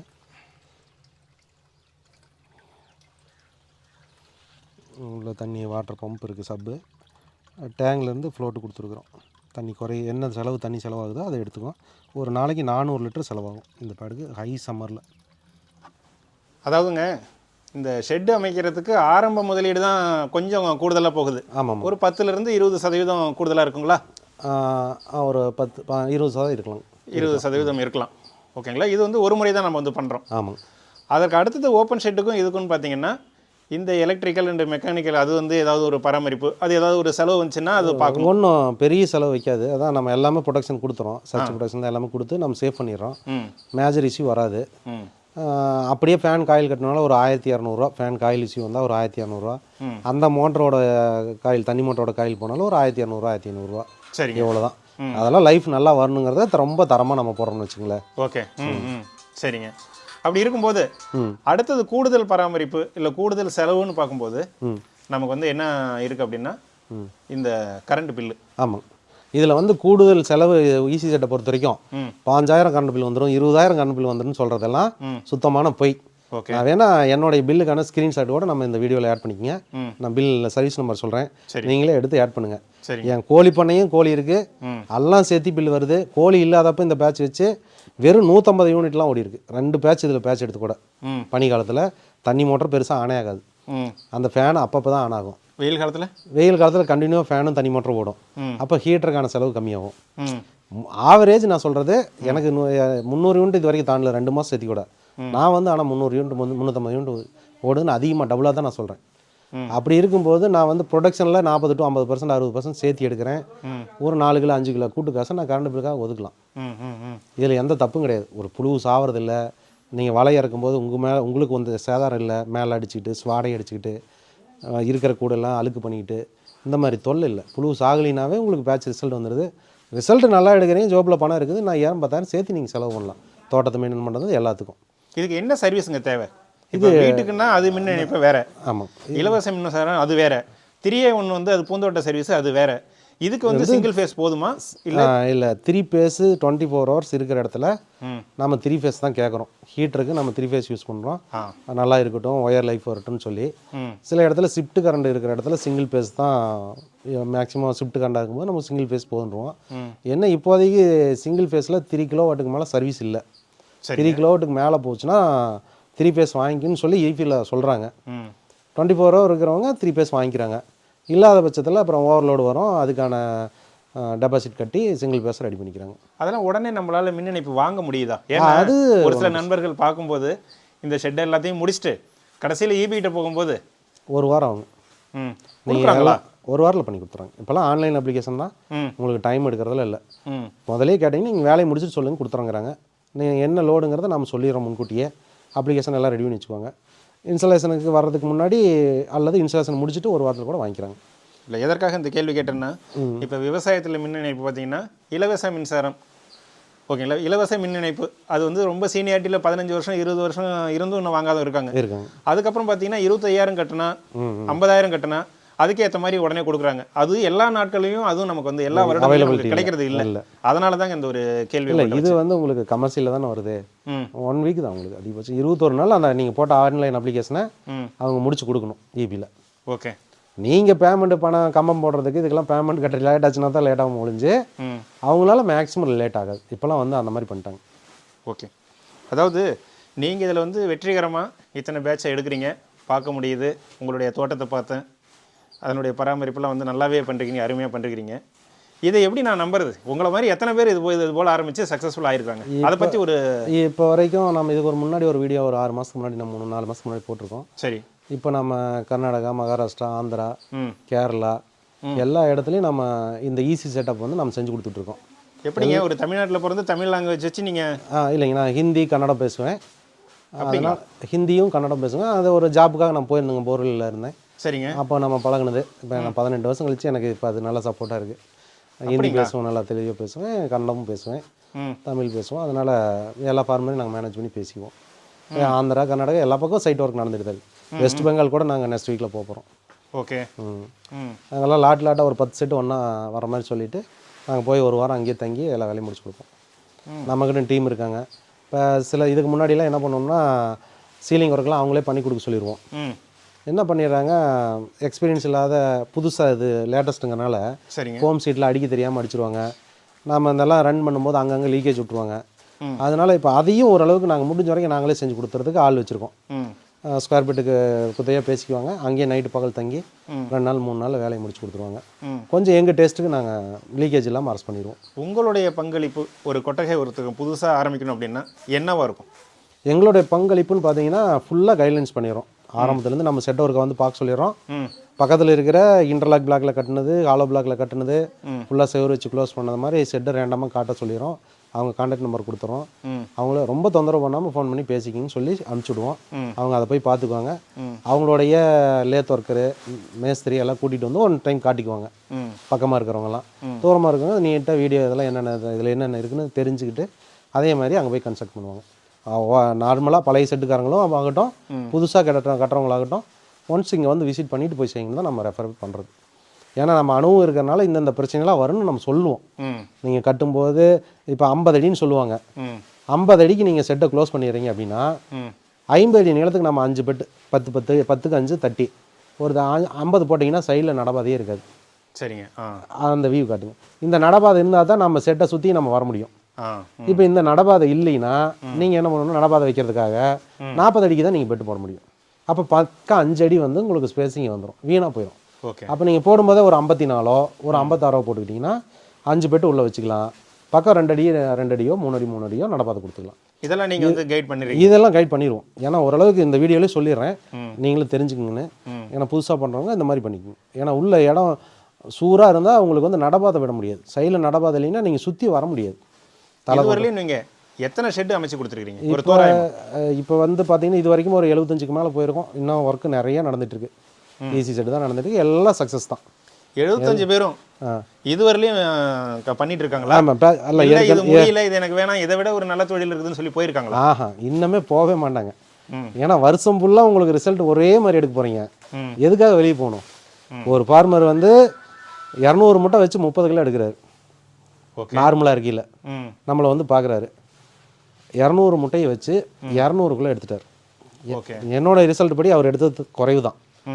ஆனால் அவரோட தோட்டத்தில் தலையெல்லாம் பேன் அரிச்சு சுண்டி இப்படி கிடக்குது. நியர்பை இருக்கிற ஃபார்மரு இவர் எல்லா ஜாகிலையும் வாங்கி வச்சு பார்த்துட்டாரு, இவர் வந்து சக்ஸஸ் ஆகாது, இந்த பேட்ச் இப்படி வந்துடும் அப்படின்னு சொல்கிறாங்க. கண்டிப்பாக வரும். கூடு வெயிட்டு மட்டும் தான் கம்மியாகும் ஒழிஞ்சு புழுவுஸ் ஆகாதுன்னு சொல்கிறேன். அந்த ஃபார்மர் நேற்று பேட்ச் இறங்குது, செட்டிங்ஸ் மாற்றுமா சொல்கிறாரு. ஆனால் நான் 200 கிலோ எடுத்துட்டேன்னா அடுத்த பேட்ச் சேர்த்து எடுக்கணும்னா அப்படிங்கிறேன். 240 கிலோ நீங்கள் எடுத்துருக்கணும், இன்னும் 40 கிலோ ஷார்ட்டேஜ் வருது. அடுத்த அவர் சொல்லும்போது நமக்கு ஒரு மன நிறைவு. தொடர்ந்து வெற்றிகரமாக எடுக்கணும். இப்போ நம்ம ஜாக்கிக்கு ஈஸி பண்ணி கொடுத்துருக்குறோம், சீடு ஃபார்மருக்கும் ஈஸி பண்ணி கொடுத்துருக்கோம். எல்லாம் இப்போ கர்நாடகாவில் நாளைக்கு போக போகிறோம், அது ஃபுல்லாக ஜாக்கி தான். ஒரு 5 செட்டுக்கு ஈஸி பண்ணுறோம். எல்லாம் செய்கிறாங்க. சில இடத்துல வந்து சின்ன சின்ன மைனஸ் இருக்குது. இப்போ பழைய ஏற்கனவே ஒரு அளவுக்கு செட்டப்லாம் பண்ணி வச்சுருப்பாங்க, ஃபுல் க்ளோஸ்லாம் வச்சுருப்பாங்க. சின்ன இஷ்யூ இருக்கும், அதெல்லாம் போய் சரி பண்ணிடுவோம். குறைவான காஸ்ட்டில் அவங்களுக்கும் செலவு இல்லாமல் பண்ணி கொடுக்குறோம்னு வச்சுக்கோங்களேன். சரிங்க. முடிஞ்ச வரைக்கும் அனுபவம் உள்ள எங்களை வச்சு பண்ணுங்கள். இது வந்து உயிருள்ள ஜீவனுங்கிறதுனால கொஞ்சம் இது ஸ்டார்டிங்கில் இன்னும் தெரியாத நிறைய பேர் இருப்பாங்க. புதுசாக டெக்னீஷியன் வந்தால் கூட கொஞ்சம் அனுபவம் இருக்கிற எங்களாட்ட ஆளுங்களை விட்டு செய்யுங்க. உங்களுக்கு அது ப்ளஸ்ஸு. இப்போ வீடியோ பார்த்துட்டு ஆந்திராவில் ஒரு ஃபார்மர் செய்கிறாரு. அவர் சென்ட்ரல் சில்க் போர்டு மெம்பராக இருந்தார் ஒரு 2 வருஷம். அவருக்கு ஒரு கௌரவ பதவி கொடுத்துருந்தாங்க. அவர் நானே செய்கிறேன்னு செஞ்சிடறாரு. சரிங்க. கூலிங் பேடு தப்பான சைஸில் தப்பான அது டெக்னீஷியனில் பார்க்கும்போது அது தப்பான அளவில் வச்சிட்றாரு. ஏர் டைட்டாக அவர் லாக் பண்ண முடியல, பண்ணுறாரு வெறும் பாலித்தீன் சீட்டில் லாக் பண்ணுறாரு. ஊடுருவுது, பேட்ச்சு லாஸு. 400 மூட்டையோ 800 மூட்டையை வச்சு டோட்டலாக அடி. இப்போ 3 நாளைக்கு முன்னாடி என்னை கூப்பிட்டு போய் காட்டி 2 செட்டு இருக்குங்க. இப்போ 2ஐயும் வந்து எங்கள் டேஸ்ட்டுக்கு நாங்கள் பண்ணி கொடுக்குறோம். ஃபுல்லிக்கு நான் செஞ்சு எல்லாமே செலவு. கண்ட்ரோல் பேனல் போட்டு சக்ஸஸ் ஆகலை. அடுத்தது கூலிங் பேடு தப்பு, ஃபேன் வச்ச இடம் தப்பு, இந்த மாதிரி இஷ்யூவெல்லாம் மாட்டி வீண் செலவு. இப்போ அவருக்கு பார்த்தீங்கன்னா ஃபேன் ஆகும், கூலிங் பேடு டோட்டலாகவே ஆகாது. அது மாற்றி ஆகணும். அதில் அவருக்கு ஒரு பெரிய லாஸு. இந்த நுணுக்கங்கள்லாம் வந்து கட்டாயம். ஆமாம், நம்ம இதில் வந்து இதுக்கு அவசியமாக செய்ய வேண்டியது நம்ம செஞ்சு கொடுத்தோணும். இல்லைன்னா என் பேர் கட்டுறோம், அடுத்து லாஸ் ஆச்சுன்னா என்ன திட்டுவாங்க ஃபார்மர். கண்டிப்பாக நம்ம எடுக்கிற ரிசல்ட் எல்லோரும் எடுக்கணும். இப்போ ஜாகிலாம் பண்ணி கொடுத்துருக்கோம். ஒரு 110 அடி செட்டில் அவர் வந்து 20க்கு 22க்கு பண்ண முடியுமான்னு கேட்குறாரு. தாராளமாக பண்ணலாம், பண்ணி கொடுக்குறோம். 1000 முட்டை நான் வந்து ப்ரெஸ்ஸிங் பண்ணி இந்த பேட்ச் இதில் வச்சு நான் ட்ரையல் பார்க்குறேன்னா அப்படின்னு சொல்கிறாரு. நாங்கள் வேலை செஞ்சிட்ருக்கீல அவர் ப்ரெஸ்ஸிங் பண்ணி அதாவது அடை காத்துக்கிட்டு இருக்கு ஃப்ரீ ஏசி ரூமில். நான் 1000 முட்டை வைக்கிறேன்னு சொல்லுவார். 2 நாள் முன்னாடி வேலையை முடிச்சு கொடுத்துட்டோம். 2 நாள் இந்த செட்டை ஆன் பண்ணி கண்டிஷன் பார்க்குறாரு. ஆட்டோவில் போட்டுவிட்டு பக்காவாக இருக்குது. 30,000 முட்டையும் உள்ளே வைக்கிறாரு. ஒரு மோல்டு முடியுது. 30,000 முட்டை அந்த ரூமுக்கு போதுமானது. ஒரு மோல்டு முடிஞ்சிருது. அதாவது முதல் பருவம் முடிஞ்சிருது. எடுத்து 13,000 அடுத்து 2 ஓப்பன் செட்டில் வைக்கிறாரு. என்ன இந்த 2 செட்டும் பண்ணணும்னா நீங்கள் வந்து மார்க் பண்ணி கொடுங்க. அது குறுக்கு குறுக்க செவரெலாம் இருக்கும், எல்லாம் கிரிட்டிக்கலாக இருக்கும். நான் போய் அளவு கொடுத்தே ஆகணும். அதனால் நான் அடமலையில் நினச்சிக்கிட்டே போகிறேன். அங்கே ஈஸி செட்டில் 4000 முட்டை வச்சுருக்காரு. அது மோல்டு ரிலீஸ் ஆகி தலை போட்டுட்ருக்காங்க. இந்த ஓப்பன் செட்டு ரிலீஸ் ஆகலை, சாயந்தரம் தான் ரிலீஸ் ஆகுன்னு போடுறாரு. அங்கேயே அவருக்கு ஒரு வேளை டிஃப்ரென்ஸ் ஆகுது. வெளியே எடுத்து வச்சதுக்கு அவருக்கு ஒரு வேளை இழுத்துருச்சு. அடுத்த 4 நாள் கேப்பில் அந்த செட்டு ஃபுல்லாக மறுபடியும் ஈஸி பண்ணிடுறாரு. இப்போ பெட்டில் வந்து தலையே வேஸ்ட் ஆகுது இல்லைங்க. அவர் வந்து பார்த்துட்டு லேபரேட்டரி சண்டைக்கு போகிறாரு. ஏன்ப்பா தலையே போடலையே அப்படின்னு. ஐயோ சார் ஃபுல்லாக சாப்பிடுது, எவ்வளோ போட்டாலும் சாப்பிட்றது.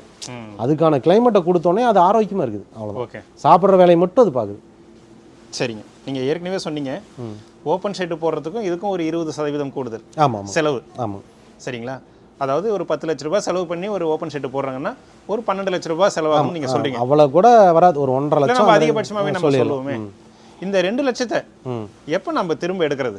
எவ்வளோ நாள் ஆகும்? நீங்கள் வச்ச 4 பேட்சில் 40% எக்ஸ்ட்ரா எடுத்தீங்கன்னா அந்த பணம் வந்துடும். அவ்வளோதான். நீங்கள் 4 பேட்ச் வைக்கிறீங்க, 40% ஈல்டு வச்சு வரப்போகுது. அதுலேயே உங்கள் பணம் வந்துட போகுது. ஃபெயிலியரே கிடையாது. இதில் இன்னொரு ப்ளஸ் என்னென்னா, ஓப்பன் செட்டில் எடுத்து அப்படியே புழுவோட கொண்டு போய் ஒட்டி நெருப்பாங்க. பூரா 3 நோய் இதில் மெயினாக வரும். அதிகமான வெப்பத்தால் வர்றது பால் புழு நோய். அது ஒரு புழு வந்துருச்சுன்னா உள்ளே ஃபுல்லாக பரவிடும். 2-3 நாள் டோட்டல் அவுட்டு. அடுத்து குளிரால் வர்றது மஸ்காடின்னு சொல்லி சுண்ணாம்பு கட்டி நோயின்னு சொல்லுவாங்க. அது வந்துருச்சு அப்படின்னாலும் ஃபுல்லாக புழு ஃப்ரீஸ் ஆகி அப்படியே ஜாம் ஆகி நின்றோம், செத்துரும். இது ஒரு பெரிய லாஸ். குளிர்காலத்தில் இந்த பிரச்சனை. அடுத்தது வெய்ய காலத்தில் காற்றோட்டமே பத்தாது, காற்றே இருக்காது. கப்புன்னு காற்றோட்டம் இல்லாமல் பிளாச்சரின்னு ஒரு நோய் வரும். அது வந்தாலும் கரும்புழுவாக சாகும். வருஷத்தில் 4 பேட்சில் நல்லா எடுப்பாங்க. 100%, 80% எடுப்பாங்க. மீதி எல்லா பேட்ச்லேயும் வந்து இசியூ தான். 30%, 40%. ஆந்திராவில் ஒரு ஃபார்மர் 250 முட்டை வச்சு 30 கிலோ எடுக்கிறாரு. என்கிட்ட பணம் இல்லைன்னா நான் ஒவ்வொரு ஜாமானமாக வாங்கி வச்சிட்றேன் அப்படின்னு சொல்லி ஃபேனை வாங்குறாரு, ஹீட்டரை வாங்குறாரு, ஒன்றா வாங்குறாரு. இந்த பேட்ச் எடுத்து நான் செஞ்சிடறாங்கிறாரு. கடைசியில் கூட எடுத்தால் 30 கிலோ தான் வருது. நீங்கள் ஏன்னா இப்படி பண்ணிகிட்டு இருக்கிற? யாரோ ஒருத்தர் கை மாற்று வாங்கி இந்த வேலையை முடிச்சுட்டு புழு வேணும்னு சொல்கிறேன். அன்றைக்கி போய் இன்ஸ்டாலேஷன் போயிருக்கிறோம் 2 நாளுக்கு முன்னாடி. பயங்கரமான குளிர். நம்ம பேட்சை கேட்காம வச்சுருந்தோன்னா இளம்புலியில் எடுத்து கொட்டிடுவோம்னா அப்படிங்கிறாரு. இவ்வளோ குளிருங்க, எங்களால் நிற்கவே முடியல. கதவு சாத்தினா தான் நிற்க முடியுது. அப்போ ஃபுல்லாக க்ளோஸ் பண்ண அடுத்த கோலாரில் ஒரு செட்டுக்கு போகிறோம். அங்கே வந்து இந்த பெட்டு முறை அமைக்கிறது எப்படின்னு சொல்லி கொடுக்குறதுக்காக கூப்பிட்டுருந்தாரு. சரிங்க. இந்த பெட்டு கயிறு கட்டுறது அங்கே வந்து கட்ட தெரியாது, கட்டல் பழக்கமே அங்கே இல்லை. அது இப்படி கட்டுறதுன்னு சொல்லிக்கிறதுக்காக நைட்டு 1:30 மணிக்கு அங்கே போகிறோம். ஏன் இதுக்கு தான் அரசாங்க அதிகாரிகள் இருக்காங்களே, ஃபீல்டு ஒர்க்லேயே இருக்காங்களே, எப்படி வளர்க்கணும், எப்படி இந்த அது சிலதெல்லாம் தெரியாதுங்க. இதெல்லாம் வந்து பார்த்தீங்கன்னா தொயினில் கட்டுவாங்க. ஒரு 3 வருஷம் 4 வருஷத்தில் பொடிஞ்சு கட்டாயிரும். இதெல்லாம் நம்ம நைலானில் கட்டியிருக்கோம். 20 வருஷம் 30 வருஷம்னால இந்த லைஃப் இருக்கும்.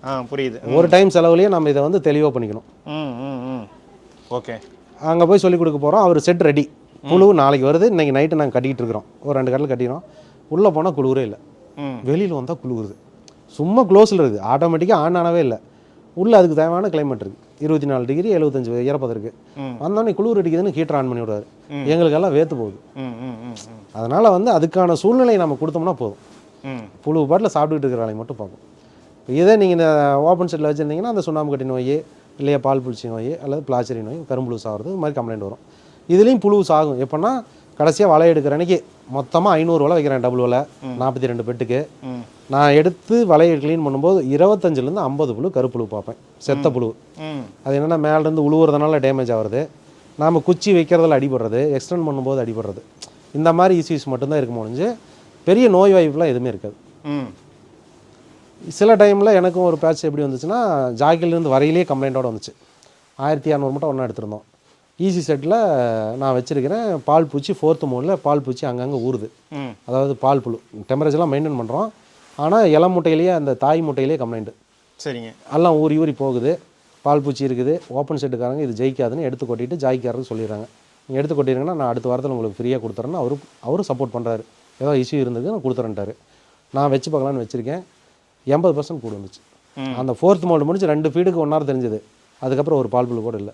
ஓகே. ஸ்ப்ரெட் ஆகாது, ஏன்னா கிளைமேட் கண்ட்ரோலில் இருக்கனால ஸ்ப்ரெட் ஆகலை. 80% இங்கே வீட்டுக்கே வர சொல்லி கொடுத்துட்டேன். ஆனால் 80% கூடு பால் பூச்சிக்கான அறிகுறியே எதுவுமே தெரியல. அந்த ஃபஸ்ட்டில் செத்ததோட நின்றுச்சு, அப்படியே ஸ்டாப் ஆயிடுச்சு. அது எல்லாமே பெட்லேயே தான் கிடந்தது. நாங்கள் இது வரைக்கும் சின்ன புழு பொறுக்கிறது, இந்த செத்த புழு 1-2 கணக்கு தெரிஞ்சு எடுக்கிறது, அந்த பழக்கமே எதுவும் கிடையாது. நீங்கள் நல்ல கவரேஜில் காட்டுங்க. ஓரத்தில் ஏதாவது நோய் இருந்திருந்தால் புழு கீழே எட்டி குதிச்சு செத்துருக்கும், இல்லை ஓரத்தில் வந்து செத்துருக்கும். இல்லை அப்படி எதுவும் இல்லை. அது மாதிரி புழு உங்கள் கண்ணுக்கே சிக்காது. ஓகே. அடுத்து நீங்கள் ஏற்கனவே ஒன்று சொன்னீங்க, 2 மாதத்துக்கு ஒரு முறை 300 யூனிட் வருதுன்னு சொன்னீங்க இல்லையா? ஒரு பேட்சுக்கு 300 யூனிட். ஒரு பேட்சுக்கே ஒரு சைக்கிளுக்கு 600 யூனிட். எனது ஒரு சைக்கிள் பில்லுக்கே 300-350 தாண்டல. கோழி பண்ணையெல்லாம் வச்சிருக்க இடத்துல வச்சு போவோம். கோழியில் பேட்ச் இருக்கும்போது அங்கே ஹீட்டருக்கு 12,000 வாட்ஸ். ஒரு இதுக்காக எவ்வளோ கட்டுறீங்க யூனிட்டுக்கு? என்ன யூனிட்டுக்கு நீங்கள் 10 ரூபா வச்சுக்கோங்க. 3500 ஒரு பேட்சுக்கு 4000 கரண்ட் பில் கட்டணும்னு வச்சுக்கோங்க. ஒன்றுமே பெரிய செலவினமே கிடையாது. இந்த 5000 20,000 சொல்கிறதுலாம் அப்பட்டமான பொய். 24 மணி நேரம் ஹீட்டர் ஓடுனா வரும். இது கண்ட்ரோல்டு சென்சார், எப்போ வேணுமோ அதை ஆன் பண்ணிக்கும், ரீச் ஆனோடனே கட் ஆஃப் பண்ணிக்கும். நீங்கள் நான் கண்ட்ரோல்டாக அப்படியே ஆன் பண்ணி விட்ருவீங்க. இப்போ நான் ஆந்திரா ஃபார்மர் பார்த்தேன் பார்த்தீங்களா, அவங்க வந்து 20 கிலோவாட் போட்டிருக்காரு ஹீட்ரு. ஓகே. சும்மா நான் ஸ்டாப்பாக ஓடிட்டே இருக்குது. ஜன்னலெல்லாம் திறந்து கிடக்குது. ஏசி போடுறீங்க ஒரு ரூமுக்கு, ஜன்னலெல்லாம் திறந்து விட்டு உட்காந்துருந்தா எப்படி இருக்கும்? அது ஓடிட்டு தான் இருக்கும், கட் ஆஃபே ஆகாது. அதே மாதிரி தான் அவர் கட் ஆஃப் ஆகும்போது கரண்ட் பில் வருது. நீங்கள் அந்த கான்செப்ட்லேயே இருக்க வேண்டாம். ஓகே. இது வந்து கண்ட்ரோல்டு ஹவுஸு, எல்லாம் சென்சார்டு. அதுவே கண்ட்ரோல் பண்ணிக்கும். நமக்கு முடிஞ்ச வரைக்கும் சீக்கிரமாக பண்ணிக்கிறோம். இப்போ பனி காலத்தில் நாங்கள் 21 நாளுக்கும் இதை வந்து ஹீட்டரையும் ஆட்டோவில் வச்சுருவோம். எப்போனா 23 டிகிரி கீழே போனால் மட்டும் ஆன் ஆகும். ஓகே. அப்போ எப்போ ஒரு நைட்டு 1 மணி 2 மணிக்கு 23 டிகிரி கீழே வந்தால் ஆன் பண்ணி உடனே 23 வந்து ஆஃப் ஆகிக்கும். ஒரு லோ டெம்பரேச்சர் கீழே போகாமல் மெயின்டைன் பண்ணுவோம். ஓகே. ஸ்பின்னிங் டைமுக்கு 28-29 கொண்டு வந்துடும். அன்றைக்கி ஸ்பின்னிங் டைமில் தான் மற்ற மாதம் எல்லாமே ஆனில் இருக்கும். 2 நாளைக்கு அன்றைக்கி பார்த்தீங்கன்னா 6 கிலோவாட் போட்டிருக்கோம். தினம் ஒரு 75 150 யூனிட் ஓடும். இந்த ஃபேனும் தண்ணி மோட்டருக்கும் 20 நாளைக்கு சேர்த்து ஒரு 150 யூனிட் ஓடும். டெய்லி ஒரு 10 மணி நேரம் ஆவரேஜ் வச்சுங்க, அவ்வளோதான் ஓடும். நைட்லலாம் ஏரேஷனுக்கு மட்டும் ஃபேன் அப்பப்போ பம்ப் பண்ணிகிட்ருக்கோம். அவ்வளோதான். நம்ம கரண்ட் பில்லுன்னு பார்த்தா பேட்சுக்கு 350 யூனிட், 400 யூனிட்டாக கூட வச்சுங்க. யூனிட்டுக்கு 10 ரூபா கொடுக்குற மாதிரி வச்சுக்கோங்க, 4000 ரூபாய் தாண்டாது நம்ம தமிழ்நாட்டை பொறுத்த வரைக்கும். ஓகே. அதாவதுங்க 5 வருடங்களுக்கு முன்னாடி ஒரு வீடியோ பட்டு வளர்ப்பு பற்றி திரு பா பண்டரசங்கர்லாம் பேசினார். அதில் ஒரு சில பேர் கமெண்ட் போட்டுறது பார்த்தீங்கன்னா, இந்த தொழிலில் நான் போயிட்டு நாசமாக போயிட்டேன், நாசமாக போனவங்க நிறைய பேர் இருக்காங்க. நான் தான் சொன்னேன் இல்லைங்களா, எதிர்மறையாக சொல்கிறேன், நீங்கள் எதுவும் தப்பாக நினைச்சிருக்கீங்க. மக்களுடைய மனதில் இப்படி இருக்கும்போது இல்லை, நிச்சயமாக வந்து தோல்வி அடைஞ்சவங்களுடைய மன குமுறல்கள் அது. நீங்கள் ட்ரைனிங் போயிருக்கிறீங்க, அவங்க சொல்லி கொடுத்துருக்குறாங்க, அதை உங்களால் மெயின்டைன் பண்ண முடியல. அதை மெயின்டைன் பண்ணுறதுக்கு என்ன வழின்னு நீங்கள் கண்டுபிடிக்கணும். சரி. இல்லை, கண்டுபிடிச்சவங்களோட கைட்லைன்ஸில் நீங்கள் செய்யணும். இதுக்கு விதமாக நான் வந்து பார்க்குறேங்க. ஒன்று, அவங்களால வளர்க்கவே முடியல. 2வது, விற்பனையில் நல்ல விலை இல்லை. இதை எப்படி நீங்கள் பார்க்குறீங்க? விற்பனை விலையெல்லாம் வந்து நான் ஆரம்பிக்கும் போதெல்லாம் பார்த்தீங்கன்னா 1000 ரூபாய்க்கு விற்றுச்சுன்னு நானும் உள்ளே வந்தேன். ஆனால் திரும்ப 450 ரூபாய்க்குலாம் வந்துச்சு. சரி. 450 ரூபாய்க்கு வரும்போது என்னாச்சுன்னா, சைனாவிலிருந்து இம்போர்ட் பண்ணாங்க நூலை. அப்போ நம்ம விவசாயிகளோட கோரிக்கை ஏற்று சென்ட்ரல் கவர்மெண்ட் வந்து சைனாவிலேருந்து இம்போர்ட் பண்ணுறதை ஸ்டாப் பண்ணிட்டாங்க, பேன் பண்ணிட்டாங்க. இப்போ அதுக்கப்புறம் திரும்ப 800-900 ரூபாய்க்கு போக ஆரம்பிச்சிருச்சு. ஆனால் இப்போவும் மறைமுகமாக வெஸ்ட் பெங்கால் வழியாக உள்ளே வருதாம்மா. நேபாளத்தில் வந்து நேபாளம் வழியாக உள்ளே வருது. வெஸ்ட் பெங்கால்லேருந்து ஜேடிலாம் வந்து நம்ம செட் விசிட் பண்ணிட்டு சொல்லியிருக்காரு. நாங்கள் அதையும் தடுக்கிறதுக்கு முயற்சி பண்ணோம். அது வழியாக இப்படிலாம் வந்துட்டு இருக்குது. நேபாள் வழியாக உள்ளே வந்துடுது. இங்கே ப்ரொடக்ஷன் அதிகப்படுத்திருக்காங்க. எங்கள் கவர்மெண்ட் ஃபுல் சப்போர்ட் ஃபண்டு ஒதுக்கிட்டாங்க. இந்த ஈஸி செட்டு கான்செப்ட் எங்களுக்கு பண்ணணும்னு சொல்லி வந்து பார்த்துட்டு, இங்கே ப்ரொடக்ஷனை நம்ம தேவைக்கு அதிகமாக கொடுக்கும்போது ஆட்டோமேட்டிக்காக ஸ்மக்லிங்லாம் நின்றோம். இந்த வெளிநாட்டிலேருந்து வர நூலோட தேவைகள் குறைஞ்சிரும், யாரும் விருப்பப்பட்டு வாங்க மாட்டாங்க. அதனால் ப்ரொடக்ஷன் அதிகம் பண்ணுறதுக்கு கவர்மெண்ட் ஃபுல்லாக ஃபண்ட் ஒதுக்கி செஞ்சுட்ருக்காங்க. என்ன ஒரு பிரச்சனைனா, இந்த ஓப்பன் செட்டில் சக்ஸஸ் இல்லை. அதை வந்து இதுக்கு இந்த புழு வளர்ப்பு மனைக்கு இந்த சூழ்நிலை வேணும்னு எல்லாம் புக்கில் சொல்கிறீங்க. சரிங்க. அது மெயின்டைன் பண்ணுறது எப்படிங்கிறதுக்கான ஒரு சோர்ஸ் நீங்கள் இதுவரை கண்டுபிடிக்க முடியல. இப்போ நாம் கண்டுபிடிச்சி நாம் செய்கிறோம், சக்ஸஸ் எடுத்துட்டோம். நான் போய் சொன்னாலும் என் பில் போய் சொல்லாது. உங்கள்கிட்ட தான் நான் முட்டை வாங்குறேன், உங்கள் மார்க்கெட்டில் தான், கவர்மெண்ட் மார்க்கெட்டில் தான் நான் கூடு போடுறேன். நானே இந்த வீடியோவில் போய் சொன்னேன்னு நினச்சா நீங்கள் வாங்க, பில் எடுத்து காட்டுறேன். சரி. என் பில்லை ஃபுல்லாக எங்கள் ஃபீல்டு ஆஃபீஸர் ஃபோட்டோ எடுத்து அவங்க டிபார்ட்மெண்ட் அதிகாரிகள் எல்லாத்துக்கும் அனுப்பிச்சிருக்காங்க. நாம் ஒன்றும் இதில் போய் சொல்லணுங்கிற அவசியம் இல்லை. அதனால் ப்ரொடக்ஷன் அதிகமாகுது, ரிசல்ட் கண்டினியூவாக ஒரே மாதிரி வந்துட்டுருக்கு. எனக்கு இதில் எந்த லாஸும் இல்லை. அப்போ ஓப்பனாக ஏற்கனவே பண்ணணும் செட்டு, ஓப்பன் செட்டுக்காரங்க தொழிலை விட்டு போனவங்க இந்த வீடியோ பார்த்துட்டு ஒரு டைம் கிடைச்சா வந்து நம்ம செட்டை பாருங்கள். நீங்கள் உள்ள பழைய செட்டுக்காரங்களாம் வந்து உள்ளே நின்னாங்கன்னா தெரியும் இது ஜெயிக்குமா ஜெயிக்காதுங்க அடுத்த நிமிஷம் சொல்லிடுவாங்க. ஏன்னா அந்த சூழ்நிலை உள்ளே இருக்கும். அப்போ ஈரம் தண்ணி, அதனால் கும்மிடி ஃபயர்லாம் போட்டு ஸ்ப்ரே பண்ணுவாங்க. வாட்டர் வந்து பனி பெய்கிற மாதிரி இலை பூரா நனைச்சிரும். அதெல்லாம் வந்து ஹை ஹியூமிடிட்டி. இங்கே ஸ்டார்டிங்கில் 90 வச்சிரும், அந்த லாஸ்ட்டில் தான் 75 மெயின்டைன் ஆகும். அப்போ இங்கே ஹை ஹியூமிடிட்டி 100 120 கூட போகும். அப்போ வந்து நமக்கு வந்து அது வந்து புழுவுக்கு நோய் உருவாக்கிறோம். இது வந்து காற்றுல கலந்து வரும். ஓகே. இந்த கூலிங் சிஸ்டம்ங்கிறது, கூலிங் படங்கிறது காற்றுல ஈரப்பதத்தை கலக்கி மிக்ஸ் பண்ணிவிடும். அது நேச்சுரலான காற்று உள்ளே வரும்போது பேடு ஈரமாக இருந்தால் ஈரப்பதத்தை எடுத்துக்கிட்டு வரும். சென்சார்கிட்ட போய் சொல்கிற வரைக்கும் இங்கே இருக்கிற அசுத்த காற்று வெளியே போயிடும். இங்கேருந்து அப்படியே ட்ராவல் ஆகும், அப்படியே ஸ்மூத்தாக போகும். நம்ம சுண்ணாம்பு யூஸ் போது பார்த்திங்கன்னா அங்கேருந்து ரிவேஸில் வீசிக்கிட்டு வருவோம், எங்களுக்கு துளி கூட நெடி ஏறாது. இதே மருந்து அஸ்திரா, அந்த விஜிதா, அங்குஸ் அப்படின்னு சொல்லிட்டு புழு மேலே தோல் உறுப்பு முடிஞ்சோடனே வீசுவோம். அதெல்லாம் பார்த்திங்கன்னா பயங்கர ஹாட்டாக இருக்கும். ஃபார்மலின் கண்டென்ட்டு, மஞ்சள் கண்டென்ட்லாம் இருக்கும், நெடி அடிக்கும். இப்போ ஈஸி செட்டை பொறுத்த வரைக்கும் அங்கே ஃபேனை மேனுவலாக ஆன் பண்ணிவிட்டு அங்கேருந்து இப்படியே வீசிட்டு வந்துடுவோம், நம்ம மேலே துளி கூட நெடி அடிக்காது. சரிங்க, இப்போது நம்ம 2025 நவம்பரில் இந்த வீடியோ எடுக்கிறோம். ஆமாம். இன்றைய விலை என்னங்க? இன்றைக்கி 800 வரைக்கும் டாப் ரேட் போகுது. நம்ம ஈ செட்டு கூடுன்னு பார்த்தீங்கன்னா ஒரு 40 ரூபா 50 ரூபா கம்மியாக போகும். டாப் ரேட்டுங்கிறது ஏதாவது ரேண்டமாக ஒரு கூடு போகும். ஓகே, அதாவது பெரிய மார்க்கெட் ரேட் சொல்கிறேன், 40 டன் 50 டன் வர மார்க்கெட்டோட ரேட்டை சொல்கிறேன். இப்போ தருமபுரியோ ஒசூரோ இந்த மாதிரி எந்த மார்க்கெட் இங்கே போனீங்களோ எனக்கு டாப் ரேட்டாக இருக்கும், ஈ செட்டு கூட டாப் ரேட்டாக இருக்கும். ஓகே, அடுத்தது ஒரு கேள்வி. இதில் வந்து பார்த்தீங்கன்னா ஒரு 4-5 வருடங்களுக்கு முன்னாடி 400 ரூபா 450 ரூபா போனாவே இது லாபமான தொழில் தான் அப்படின்னு சொன்னாங்க. ஓகேங்களா, இது நம்ம ரெண்டாக பார்க்கணும்.